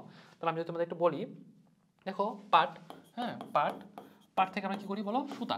তাহলে একটু লিখে নাও, পাট থেকে সুতা, সুতা থেকে আমাদের কাপড় তৈরি করা হয়, তাই না? কাপড় মানে কি? ক্লথ। তাহলে দেখো ক্লথ থেকে ক্লস্ট্রিডিয়াম। আমি যদি জিজ্ঞাসা করি পাটের আঁশ সারাতে কি ইউজ করা হয় বলো, তাহলে বলবা ক্লস্ট্রিডিয়াম ইউজ করা হয়। তাহলে এবার একটু খেয়াল রাখার চেষ্টা করো, তাহলে আই থিঙ্ক এটা তোমাদের মনে থাকবে। তাহলে মনে রাখবা পাটের আঁশ সারাতে কি ইউজ করা হয় বলো, তাহলে বলবা ক্লস্ট্রিডিয়াম ইউজ করা হয়। তারপর দেখো চামড়া হতে তোমার লোম ছাড়ানোর জন্য এটা কি ইউজ করা হয় বলো, ব্যাসিলাস। হ্যাঁ, আগে তোমাদের যে ইয়া ছিল না, যখন আমরা ছোট ছিলাম তখন কিন্তু আগে টিচাররা অনেক মারতো জানো। আমি নিজেও অনেক মাইর খাইছি। তোমাদের যে জেনারেশন যারা, তারা হয়তো খুব একটা মাইর খাও নাই, কতটুকু খাইছো আমরা জানি না। যারা গ্রামের দিকে স্কুলে পড়ছো অথবা উপজেলা লেভেলে পড়ছো, তারা হয়তো কিছুটা হয়তো মাইর খাইছো। আমাদের বাবা মারা এখন তো মারে না, তাই না? আগে কিন্তু অনেক মারতো। তোমার দেখবে কি বেতের লাঠি দিয়ে মারে গেছে, চামড়া উঠে ফেলতো। তো এইভাবে মনে রাখবো, বুঝছো? চামড়া উঠাই ফেলতেছে, তাই না? কি দিয়ে? বেতের লাঠি দিয়ে, মানে বাঁশের লাঠি বা কঞ্চি বা বেতের লাঠি, যাই হোক, বেত বা বাঁশ যা মনে রাখো। তাহলে বতে বাঁশ বা বতে ব্যাসিলাস, তাহলে মনে রাখবা। হ্যাঁ, বাঁশের একটা কঞ্চি দিয়ে তোমাকে মেরে চামড়া উঠাই ফেললো, তাহলে ওভাবে মনে রাখবা। একটু লিখে নিও এটা, হ্যাঁ, একটা সুন্দর করে নোট করে নাও যে বাঁশের কঞ্চি দিয়ে বা বাঁশের লাঠি দিয়ে তোমার পিটায়ে চামড়া তুলে ফেললো, তাহলে চামড়া কি হবে? বাঁশের লাঠি, ব্যাসিলেশিয়া। ঠিক আছে, এবার মনে রাখবা। তারপর দেখো বায়োগ্যাসটা একটু রিডিং পড়ো। টেস্টিং সল্ট তৈরিতে ইউজ করা হয়, এটা পড়বা। ভিনেগারের ক্ষেত্রে একটা জিনিস দেখো, ভিনেগার, তোমরা কি জানো ভিনেগার কি দিয়ে তৈরি? ভিনেগার কিন্তু অ্যাসিটিক অ্যাসিড দিয়ে তৈরি, তাই না? ভিনেগার কি দিয়ে তৈরি? তো একটু লিখে নাও, হ্যাঁ, একটু সুন্দর করে লিখে নাও। ভিনেগার, হ্যাঁ, ভিনেগার সাধারণত অ্যাসিটিক অ্যাসিড দিয়ে তৈরি, তাই না? ভিনেগার সাধারণত অ্যাসিটিক অ্যাসিড দিয়ে তৈরি, অ্যাসিটিক অ্যাসিড, তাই না? তাহলে দেখো ওখানে একটু নামটা একটু খেয়াল করলে তোমরা হয়তো পাবা। দেখো অ্যাসিটোব্যাক্টার, পাইছো মিলছে? তাহলে দেখো ভিনেগার অ্যাসিটিক অ্যাসিড দিয়ে তৈরি, তাহলে অ্যাসিটোব্যাক্টার। ল্যাকটিক কাইরি, নামটা মিলছে? তারপর দেখো অ্যাসিটোন, আই থিঙ্ক অনেকটা তোমাদের জন্য মিলছে। তাহলে আশা করা যায় এটা পারবা। তারপর দেখো যে মানব জীবনে সেলুলোজ হজমে হেল্প করে, কারণ কি আমাদের পেটে দেখবো যে অনেক প্রয়োজনীয় ব্যাকটেরিয়া থাকে। দেখো আমরা কিন্তু হলো মানে শাক পাতা যেগুলো খাই সেগুলো কিন্তু আমরা আসলে হজম করতে পারি না। এই ব্যাকটেরিয়াগুলো কিন্তু আমাদের অনেকটা হজমে হেল্প করে, বুঝছো? যদি ব্যাকটেরিয়াগুলো না থাকতো তাহলে আমরা খাইতাম, সরাসরি বের হয়ে যেত, কিন্তু কোনো পরিপাক হইতো না। এই ব্যাকটেরিয়াগুলো কিন্তু অনেকটা পরিপাকে হেল্প করে, হ্যাঁ। তারপর দেখো ভিটামিন তৈরি করতে হেল্প করে আমাদের ব্যাকটেরিয়া। আমাদের পেটে না ইকোলাই একটা ব্যাকটেরিয়া আছে।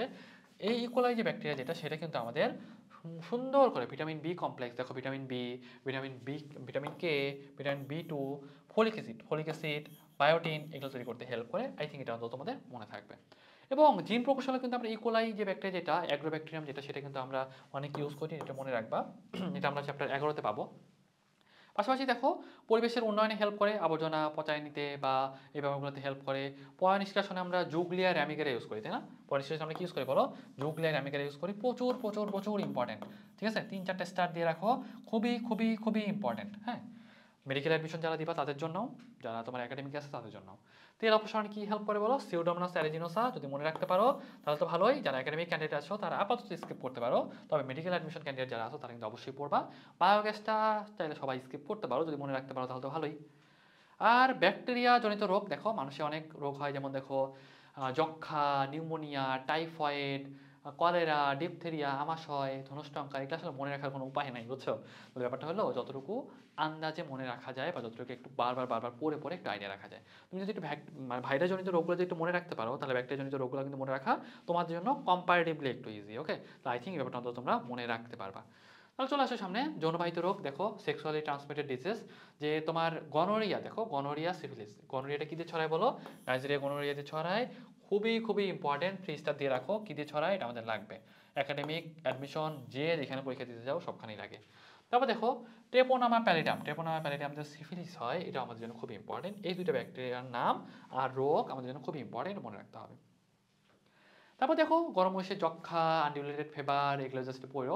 এই রোগগুলো ডিটেলস যদি আমি পারি তোমার জন্য আলাদা একটা ভিডিও সিরিজ করে আমি একটু বলার চেষ্টা করবো, ইন শর্ট 1-2 লাইনে, ততটুকু পারা যায়। ওকে, তাহলে একটু মনে রাখো তোমাদের নামগুলো। তারপর দেখো যে তোমার গমের টুন্ডু রোগ, ধানের পাতা ধসা রোগ, এগুলো জাস্ট একটু একবার রিডিং দিয়ে যাও, তাহলে তোমাদের জন্য একটু বোঝাটা ইজি হবে। ওকে, যারা একাডেমিক ক্যান্ডিডেট আছো তারা তারা যদি মনে হয় যে হ্যাঁ এত প্রেশার নিতে পারতেছে না, তাহলে এই যে দুইটা পেজ, এতগুলো নাম তোমরা চাইলে বাদ দিতে পারো। তবে উপকারিতা আর অপকারিতাগুলো একটু পড়ো, মানে উপকারিতাগুলো অন্তত পড়ো, যেভাবে মনে রাখার উপায় বলে দিচ্ছি সেগুলো একটু অন্তত মনে রাখার চেষ্টা করো, তাহলে তোমার জন্য একটু ইজি হবে। ওকে, তবে একটা জিনিস আমি তোমাদের বলে দিই, বোটুলিন। হ্যাঁ, বোটুলিন নামক, দেখো আমি তোমার একটা ব্যাপার বলি, যে ক্লস্ট্রিডিয়াম বোটুলিনাম নামে একটা ব্যাকটেরিয়া আছে, সে কিন্তু বোটুলিন নামক একটা বিষাক্ত পদার্থ তৈরি করে, ফলে খাবারটা বিষাক্ত হয়ে যায় এবং পুরো প্রসেসটাকে বলা হয় বোটুলিজম। এটা আমি তোমার একটা আইডিয়া বলি, একটা গল্প বলি। হ্যাঁ, আমার কলেজ তো জানো হয়তো তোমরা, আমার সৈয়দপুর সরকারি বিজ্ঞান কলেজ ছিল। হ্যাঁ, এবার সম্ভবত আমার যদি মনে পড়ে অর্ধবার্ষিক পরীক্ষায় একটা তোমার কোশ্চেন আছে খ নাম্বারে, বটুলিজম কি? আমি তো বটুলিজম কি জানি না।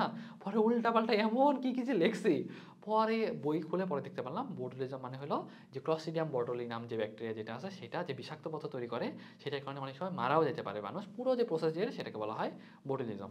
এই পুরো প্রক্রিয়া একটু মনে রাখবে, এটা আমাদের কিন্তু খ নাম্বার জন্য ইম্পর্টেন্ট, খুবই খুবই খুবই ইম্পর্টেন্ট। এটা বাস্ট মনে রাখা ভালো হবে। আর পানি দূষিত হতে পারে কলিফর্ম ব্যাকটেরিয়া দিয়ে, মানে আমাদের মল দিয়ে সেটা দূষিত হতে পারে, মাটির উর্বরতা শক্তি বিনষ্ট করতে পারে, রিডিং দিবা নিত্য ব্যবহার্য বিভিন্ন যে যন্ত্রপাতি আছে সেগুলোকে নষ্ট করে ফেলতে পারে। যেমন ডি সালফোভাইব্রিও এসপি, এটা লোহার পাইপে ক্ষতি করে। হ্যাঁ, ডি মানে কি জানো? ডি মানে ডিলেট, বুঝতে পারছো? ডিলেট মানে আস্তে আস্তে ক্ষয় করে ফেলা, নষ্ট করে ফেলা। তার মানে কি লোহার পাইপ ক্ষতি করে ফেলবে, কে করবে? ডি। ডি কথাটা থাকবে, ডি কথাটা আছে, বাকি সব যাক, কোথায় যাবে যাক, ডি কথাটা পাবা, এগুলো বড় কথা, ঠিক আছে? আই থিঙ্ক ব্যাপার অন্তত মনে রাখতে পারবা। তো আমি যদি বলি লোহার পাইপ, লোহার পাইপ কি হবে বলো, একটু লিখে নাও। লোহার পাইপ সবগুলো একটু গুছায় লিখে নিও, হ্যাঁ, তাহলে তোমার জন্য একটু ইজি হবে। লোহার পাইপ, লোহার পাইপ হলো ডি, লোহার পাইপ ডি কথাটা থাকবে বা ডিলেট কথাটা থাকবে। মানে ডি মানে ডিলেট, হ্যাঁ, মানে নষ্ট করে ফেলবে, ক্ষয় করে ফেলবে, ডিলেট করে ফেলবে, ডি কথাটা থাকবে। ওকে, আবার চলে আসো। তারপর দেখো যে আমাদের ক্লস্ট্রিডিয়াম, যেটা ক্লস্ট্রিডিয়ামের ব্যাপারটা তো বললাম, ক্লস্ট্রিডিয়াম এসপি না বিমানের জ্বালানিতে জন্মাইলে বিমান দুর্ঘটনা করতে পারে, এটা একটু দেখবা। আর ওই যে অ্যানথ্রাক্সের কথা বলছিলাম, তোমাদের মনে পড়ে? হ্যাঁ, অ্যানথ্রাক্স তো তোমার ভাইরাস ছিল হয়তো, আর এখানে কিন্তু তোমার হলো এই ব্যাকটেরিয়া কাজে লাগে, কিন্তু আমরা যুদ্ধও করতে পারি, বুঝছো? বায়োটেররিজম বলে। ওকে, ব্যাকটেরিয়া এবং অ্যান্টিবায়োটিক দেখো, ব্যাকটেরিয়ার ক্ষেত্রে অনেক কথাবার্তা বলছে, মাঝে মধ্যে অ্যান্টিবায়োটিক ইউজ করা হয়, অনেক কথাবার্তা বলছে, অ্যান্টিবায়োটিকের অনেকগুলো বৈশিষ্ট্য বলছে। আমি একটু অ্যান্টিবায়োটিক বৈশিষ্ট্যগুলো ইন শর্ট তোমাদের একটু বলার চেষ্টা করি। দেখো, সিলেক্টিভ টক্সিসিটি, সিলেক্টিভ মানে কি সিলেক্ট করে করে তার প্রতি টক্সিক যে বৈশিষ্ট্য যেটা সেটা দেখাবে। তার মানে কি সেটা ব্যাকটেরিয়াকে ধ্বংস করবে, মানুষের কোনো ক্ষতিই করবে না, ঠিক আছে? এটা হলো তোমার সিলেক্টিভ টক্সিসিটি। কেন পারে জানো? কারণ মানুষে কিন্তু 80s রাইবোজোম থাকে, এতে থাকে 70s রাইবোজোম, সেটা কিন্তু তোমার সুন্দর করে ব্যাকটেরিয়াকে মেরে ফেলতে পারে, কিন্তু আমাদের কোনো ক্ষতি করে না, বুঝছো? তারপর দেখো ন্যারো স্পেকট্রাম, ন্যারো স্পেকট্রাম মানে জানো শুধুমাত্র প্যাথোজেনকে ধ্বংস করবে, মানুষের কোনো মানব দেহের জন্য যে উপকারী ব্যাকটেরিয়াগুলো আছে সেগুলো কোনো ক্ষতি করবে না। ইফেক্টিভ ইন স্মল ডোজ, এখন মনে করো তোমার যদি বস্তা বস্তা অ্যান্টিবায়োটিক খাওয়া লাগে তাহলে তোমাদের সমস্যা না। অ্যান্টিবায়োটিক খাবো অল্প একটু খাবো, অল্প একটু খাইলে যেন কাজ হয়ে যায়, সেটা বলতেছে আসলে অল্প পরিমাণ খাইলেই যেন কাজ হয়ে যায়। মিনিমাম সাইড ইফেক্ট, যেন আমাদের জন্য খুব একটা সাইড ইফেক্ট যেন না হয়, এবং খরচ যেন একটু কম হয়। লং নর্মাল সেলফ লাইফ, যেন একটা খাইলেই যেন মানে সারাদিন আর খাওয়া না লাগে, এটা আসলে মিন করতে চাচ্ছে। ওকে, তারপর দেখো যে সিম্পল ডোজ ইনস্ট্রাকশন, যেন আমি হলো সহজেই বুঝতে পারি আমার কয়টা খাওয়া লাগবে, কখন খাওয়া লাগবে, সকালে নাকি রাতে, এটা যেন আমি সহজে বুঝতে পারি। তাহলে দেখো এই ব্যাপারটা একটু অন্তত মনে রাখার চেষ্টা করবা। এটা আসলে আমাদের অ্যাডমিশন ক্যান্ডিডেট যারা আসো তাদের জন্য বেশি ইম্পর্টেন্ট, মেডিকেল অ্যাডমিশনের জন্য খুবই খুবই ইম্পর্টেন্ট। যারা একাডেমিকে আসো তাদের জন্য আপাতত একটু কম পড়লেও চলবে, তবে যদি ভালো কলেজ হয়, সাপোজ মনে করে তোমাদের কলেজ একটু অ্যাটিপিক্যাল টাইপের কোশ্চেন করতে বেশি পছন্দ করে, তাদের ক্ষেত্রে খ নম্বরের জন্য বেশি ইম্পর্টেন্ট, এমসিকিউর জন্য বেশি ইম্পর্টেন্ট। ওকে, তাহলে ব্যাপারটা একটু মনে রাখবা। তাহলে একটু চলে আসো সামনে, এখান থেকে আমাদের দরকার নেই ব্যাকটেরিয়া কীভাবে রোগ তৈরি করে, তাহলে বলবা যে ব্যাকটেরিয়া কীভাবে রোগ তৈরি করে, এটা ভিতরে প্রবেশ করবে, ডিশটাকে ধ্বংস করে ফেলবে, নষ্ট করে ফেলবে, সব কিছু যা যা করা দরকার তাই করবে। তাহলে আমরা রিডিং পড়ি। দেখো, সাপোজ মনে করো যে সংক্রামক ব্যাকটেরিয়াগুলো দেহ থেকে খাদ্য গ্রহণ করে সেই মানে টিস্যুটাকে নষ্ট করে ফেলে, যেমন টাইফয়েড বা যক্ষা। তারপর যে অনেক ব্যাকটেরিয়া আছে তোমার ব্যাকটেরিয়া মেটাবলিজমটাকে নষ্ট করে ফেলে, ব্যাকটেরিয়াল ডিসেন্ট্রি করতে পারে, ডিপথেরিয়া করতে পারে। আর যদি বলি যে তোমার প্রথম যে অ্যান্টিবায়োটিক সেটা কে তৈরি করছে জানো? Alexander Fleming. Alexander Fleming penicillin নামে দেখো পেনিসিলিয়াম তোমার নটাটাম একটা ছত্রাক থেকে তোমার পেনিসিলিন যে অ্যান্টিবায়োটিক যেটা সেটা তৈরি করছে। তাহলে ব্যাপার বুঝতে পারতেছো? আমি ব্যাকটেরিয়াকে মারতেছি ছত্রাকে থেকে তৈরি করা একটা উপাদান দিয়ে। অনেকটা ইন্টারেস্টিং না? সেই ব্যাপারটা এখানে বলা হয়েছে। তাহলে দেখো এই যে তোমার অ্যান্টিবায়োটিকের নাম দেওয়া হয়েছে পেনিসিলিন, এটা একটু মনে রাখবা। আর অ্যান্টিবায়োটিক জিনিসটা কি বলো? অ্যান্টিবায়োটিক জিনিসটা হলো ছত্রাক, ব্যাকটেরিয়া বা অ্যাক্টিনোমাইসিটিস জাতীয় ক্ষুদ্র জীব থেকে তোমার কোনো একটা জিনিস যেটা তোমার ব্যাকটেরিয়াকে মেরে ফেলতে পারে। ব্যাপারটা কি মজার, বুঝছো? ব্যাকটেরিয়াকে মারতে তুমি ব্যাকটেরিয়া থেকে তৈরি হওয়া কোনো একটা জিনিসকে ইউজ করতেছো, ছত্রাক থেকে তৈরি হওয়া কোনো একটা জিনিসকে ইউজ করতে চাচ্ছ। মূল কথা এমন কিছু একটা যেটা ব্যাকটেরিয়াকে মেরে ফেলতে পারবে, সেটাই হলো অ্যান্টিবায়োটিক। তাই আই থিঙ্ক ব্যাপারটা তোমাদের বোঝাতে পারছি। আর এখান থেকে আমাদের জন্য খুব একটা বেশি কিছু নাই। অ্যান্টিবায়োটিক প্রতিরোধী অণুজীব তোমাদের কিন্তু অলরেডি বলে ফেলছি, তাই না? কীভাবে তোমার মানে অ্যান্টিবায়োটিকের এগেনস্টে রেজিস্ট্যান্স গ্রো করতে পারে, ওই যে বললাম কনজুগেশনের মাধ্যমে যখন তুমি পুরো অ্যান্টিবায়োটিকের ডোজ কমপ্লিট করবে না, ইচ্ছা মতো উল্টাপাল্টা ওষুধ খাবা, তখন কিন্তু এরকম তোমার সমস্যা হতে পারে। দেখো ভাইরাস আর ব্যাকটেরিয়ার পার্থক্য যেটা, এটা অবশ্যই পড়বা গ ঘয়ের জন্যে মাস্ট। ওকে, গ ঘয়ের জন্য মাস্ট। তোমাদের ভাইরাসের বৈশিষ্ট্য, ব্যাকটেরিয়ার বৈশিষ্ট্য সবই কিন্তু পড়ানো হয়েছে, ওই ব্যাপারগুলো থেকেই এখানে সুন্দর করে বলা হয়েছে। দেখো এটা অকোষীয় এবং কোনো কোষীয় বস্তু নাই। আরএনএ এবং ডিএনএ, আরএনএ বা ডিএনএ আছে, যে কোনো একটা থাকবে। এটা কিন্তু কোষীয় এবং এটা কিন্তু আদি প্রকৃতির, হ্যাঁ, কারণ এটা প্রোক্যারিওট, তাই না? এখানে তো নিউক্লিয়াস আছে। এটা অতি আণুবীক্ষণিক, এটা আণুবীক্ষণিক। এটা তোমার এই পার্টটা তোমরা একাডেমিকের জন্য লিখবে না, বুঝছো? আকার আকৃতি আসলে আমাদের জন্য সাইজটা মনে রাখা আমাদের জন্য টাফ। তুমি জাস্ট বলবা এটা অতি আণুবীক্ষণিক, ওটা আণুবীক্ষণিক। কোষের বাইরে বংশবৃদ্ধি করতে পারে না, কারণ এটা কিন্তু আমাদের একটা জড় রাসায়নিক বৈশিষ্ট্য ছিল। এটা কিন্তু পারে, এটা মনে রাখবা। কেলাসিত করার পর জীবিত করলে লক্ষণ প্রকাশ করে, এটা কিন্তু লক্ষণ প্রকাশ করবে না, কারণ এটা আমাদের জড় রাসায়নিক বৈশিষ্ট্য ছিল, আমাদের পড়াইছি অলরেডি। কোনো ক্ষুদ্রাঙ্গ নাই, ওখানে ক্ষুদ্রাঙ্গ আছে। এখানে নিউক্লিক অ্যাসিড ক্যাপসিডের মধ্যে অবস্থান থাকে, ওখানে কিন্তু তোমার সাধারণত নিউক্লিক অ্যাসিডটা সাইটোপ্লাজমে অবস্থান করে। কেন বলো তো? কারণ ওদের কিন্তু নিউক্লিয়াস নাই, সাইটোপ্লাজমে কিন্তু থাকে। আর এদের তো সাইটোপ্লাজমই নাই, জাস্ট শুধুমাত্র নিউক্লিক অ্যাসিড আর প্রোটিন বা একটা আবরণী থাকে। সাধারণত একটা তোমার ডিএনএ ভাইরাস হতে পারে, আরএনএ ভাইরাস হতে পারে, আর এখানে কিন্তু তোমার উভয় টাইপের হতে পারে। অনেক ব্যাপার আছে, একটু পড়বা। এনজাইমের উপস্থিতি, এনজাইম থাকে না, এনজাইম থাকে। তারপর দেখো ব্যাকটেরিয়াজনিত রোগ। ব্যাকটেরিয়াজনিত রোগের ক্ষেত্রে আমাদের সাধারণত ধান গাছের ব্লাইট রোগটা আমাদের জন্য একটু বেশি ইম্পর্টেন্ট। যেমন আমি তোমাকে একটু বলি যে বিজ্ঞানী তাকায় আসি, হ্যাঁ, বিজ্ঞানী তাকায় আসি সর্বপ্রথম দেখো টাকাশি, টাকাশিটা আমি মনে রাখি জানো, তাকায় আসি, তাকায় আসি, তাহলে মনে করো আমি তোমার দিকে তাকায় আসি, ঠিক আছে? এভাবে মনে রাখতাম। তাকায় আসি সর্বপ্রথম যে প্রুফ করেন যে ধান গাছের যে ব্লাইট রোগ যেটা, সেটা কি দিয়ে হয় বলো? এটা সাধারণত ব্যাকটেরিয়া দিয়ে হয়। আর প্যাথোজেনের সাথে অনেক কথাবার্তা বলছে, এগুলো আমাদের নাহামরি খুব বেশি ইম্পর্টেন্ট না। একটা জিনিস মনে রাখো, আমি যদি বলি যে ধানের যে ব্লাইট যেটা, সেটা কি দিয়ে হয় বলো তো? জ্যান্থোমোনাস অরাইজা দিয়ে হয়। কি দিয়ে হয় বলো? জ্যান্থোমোনাস অরাইজা দিয়ে হয়। তবে এখান থেকে একটা কোশ্চেন হতে পারে, যারা অ্যাডমিশন ক্যান্ডিডেট বা যাদের একটু অ্যাডমিশন নিয়ে চিন্তা ভাবনা আছে, তারা জ্যান্থোমোনাস অরাইজার যে বৈশিষ্ট্য যেটা, সেটা একটু পড়তে পারো। তবে একাডেমিক ক্যান্ডিডেট জন্য আসলে খুব একটা দরকার নেই, তাহলে এই তোমরা একটু পড়বা, হ্যাঁ। যেমন দেখো এটা কিন্তু একটা গ্রাম নেগেটিভ, সব নেগেটিভ, স্পোর তৈরি করে না, নেগেটিভ। তারপর দেখো যে সাধারণত তোমার ক্যাপসুল নাই, নেগেটিভ। ফ্লাজেলা থাকে, তবে একটা, মাত্র একটা থাকে, নেগেটিভ। ওকে, তাহলে এই ব্যাপারটা একটু মনে রাখার চেষ্টা করবা। আর কিছু তোমাদের এখান থেকে পড়ার দরকার নাই। রোগ সংক্রমণ কীভাবে হয় এটাও তোমাদের আসলে পড়ার দরকার নাই। রোগ লক্ষণ কী আছে সেটাও আসলে খুব একটা পড়ার জন্য দরকার নেই। তোমরা চাইলে স্কিপ করতে পারো। মূল কথা, আমরা মানুষের রোগ মুখস্থ করেই থাকতে পারি না, একটা উদ্ভিদের রোগ কতটুকু আর মনে থাকবে, তাই না? সেটা আসলে দরকার নেই। তবে আমার জন্য একটু দরকার, কলেরাটা একটু দরকার, হ্যাঁ। কলেরা রিলেটেড অনেক ব্যাপার আছে, একটু দেখো। যে কলেরার ক্ষেত্রে যদি মনে রাখবা, ভাইব্রিও কলেরা যেটা, সেটা কিন্তু একটা ব্যাকটেরিয়া। এটা কিন্তু একটা বাঁকা কমার মতো, বুঝছো? বাঁকা কমার মতো। তারপর এই যে দেখো এক প্রান্তের একটা ফ্লাজেলাম থেকে অনেক কথাবার্তা বলছে, সহজ কথা মনে রাখো, এটা তোমার একটা গ্রাম নেগেটিভ ব্যাকটেরিয়া। যারা একাডেমিকের জন্য আছো বা যারা একাডেমিক ক্যান্ডিডেট, যারা 25 ব্যাচের বা 26 ব্যাচের, তাদের এটা গ্রাম নেগেটিভ ব্যাকটেরিয়া এটা মনে না রাখলেও চলবে। যারা অ্যাডমিশন দিবা তাদের ক্ষেত্রে মনে না রাখলেও চলে। এটা খুবই একটু মানে অ্যাডভান্স টাইপের কোশ্চেন, বুঝছো? আমাদের মেডিকেলে যারা আছে আমাদেরকে জিজ্ঞাসা করে, বলো ভাইব্রিও কলেরা এটা কোন ধরনের ব্যাকটেরিয়া, গ্রাম পজিটিভ নাকি গ্রাম নেগেটিভ? তা সাধারণত খুব একটা আসে না। তারপর যারা অ্যাডমিশন দিবা তারা একটু পড়ো, যারা একাডেমিক তারা এইসব বইয়ের অবস্থা মাথা নষ্ট করে না, দেখবে যে বায়োলজি পড়ার ইচ্ছাটাই চলে যাবে। দেখো আসো, তাহলে দেখো এখানে অনেক কথাবার্তা বলছে। রবার্ট কক সর্বপ্রথম এই কলেরা রোগের জীবাণুটা আবিষ্কার করেন, একটু পড়বা। আর ব্যাপারটা হয় কি জানো, আমি তোমার একটু বলি। কলেরা যে ব্যাকটেরিয়া যেটা আছে, সে কলেরাজেন নামে একটা এন্টারোটক্সিন তৈরি করে। এই বিষটার নাম কি? বিষটার নাম হলো তোমার কলেরাজেন।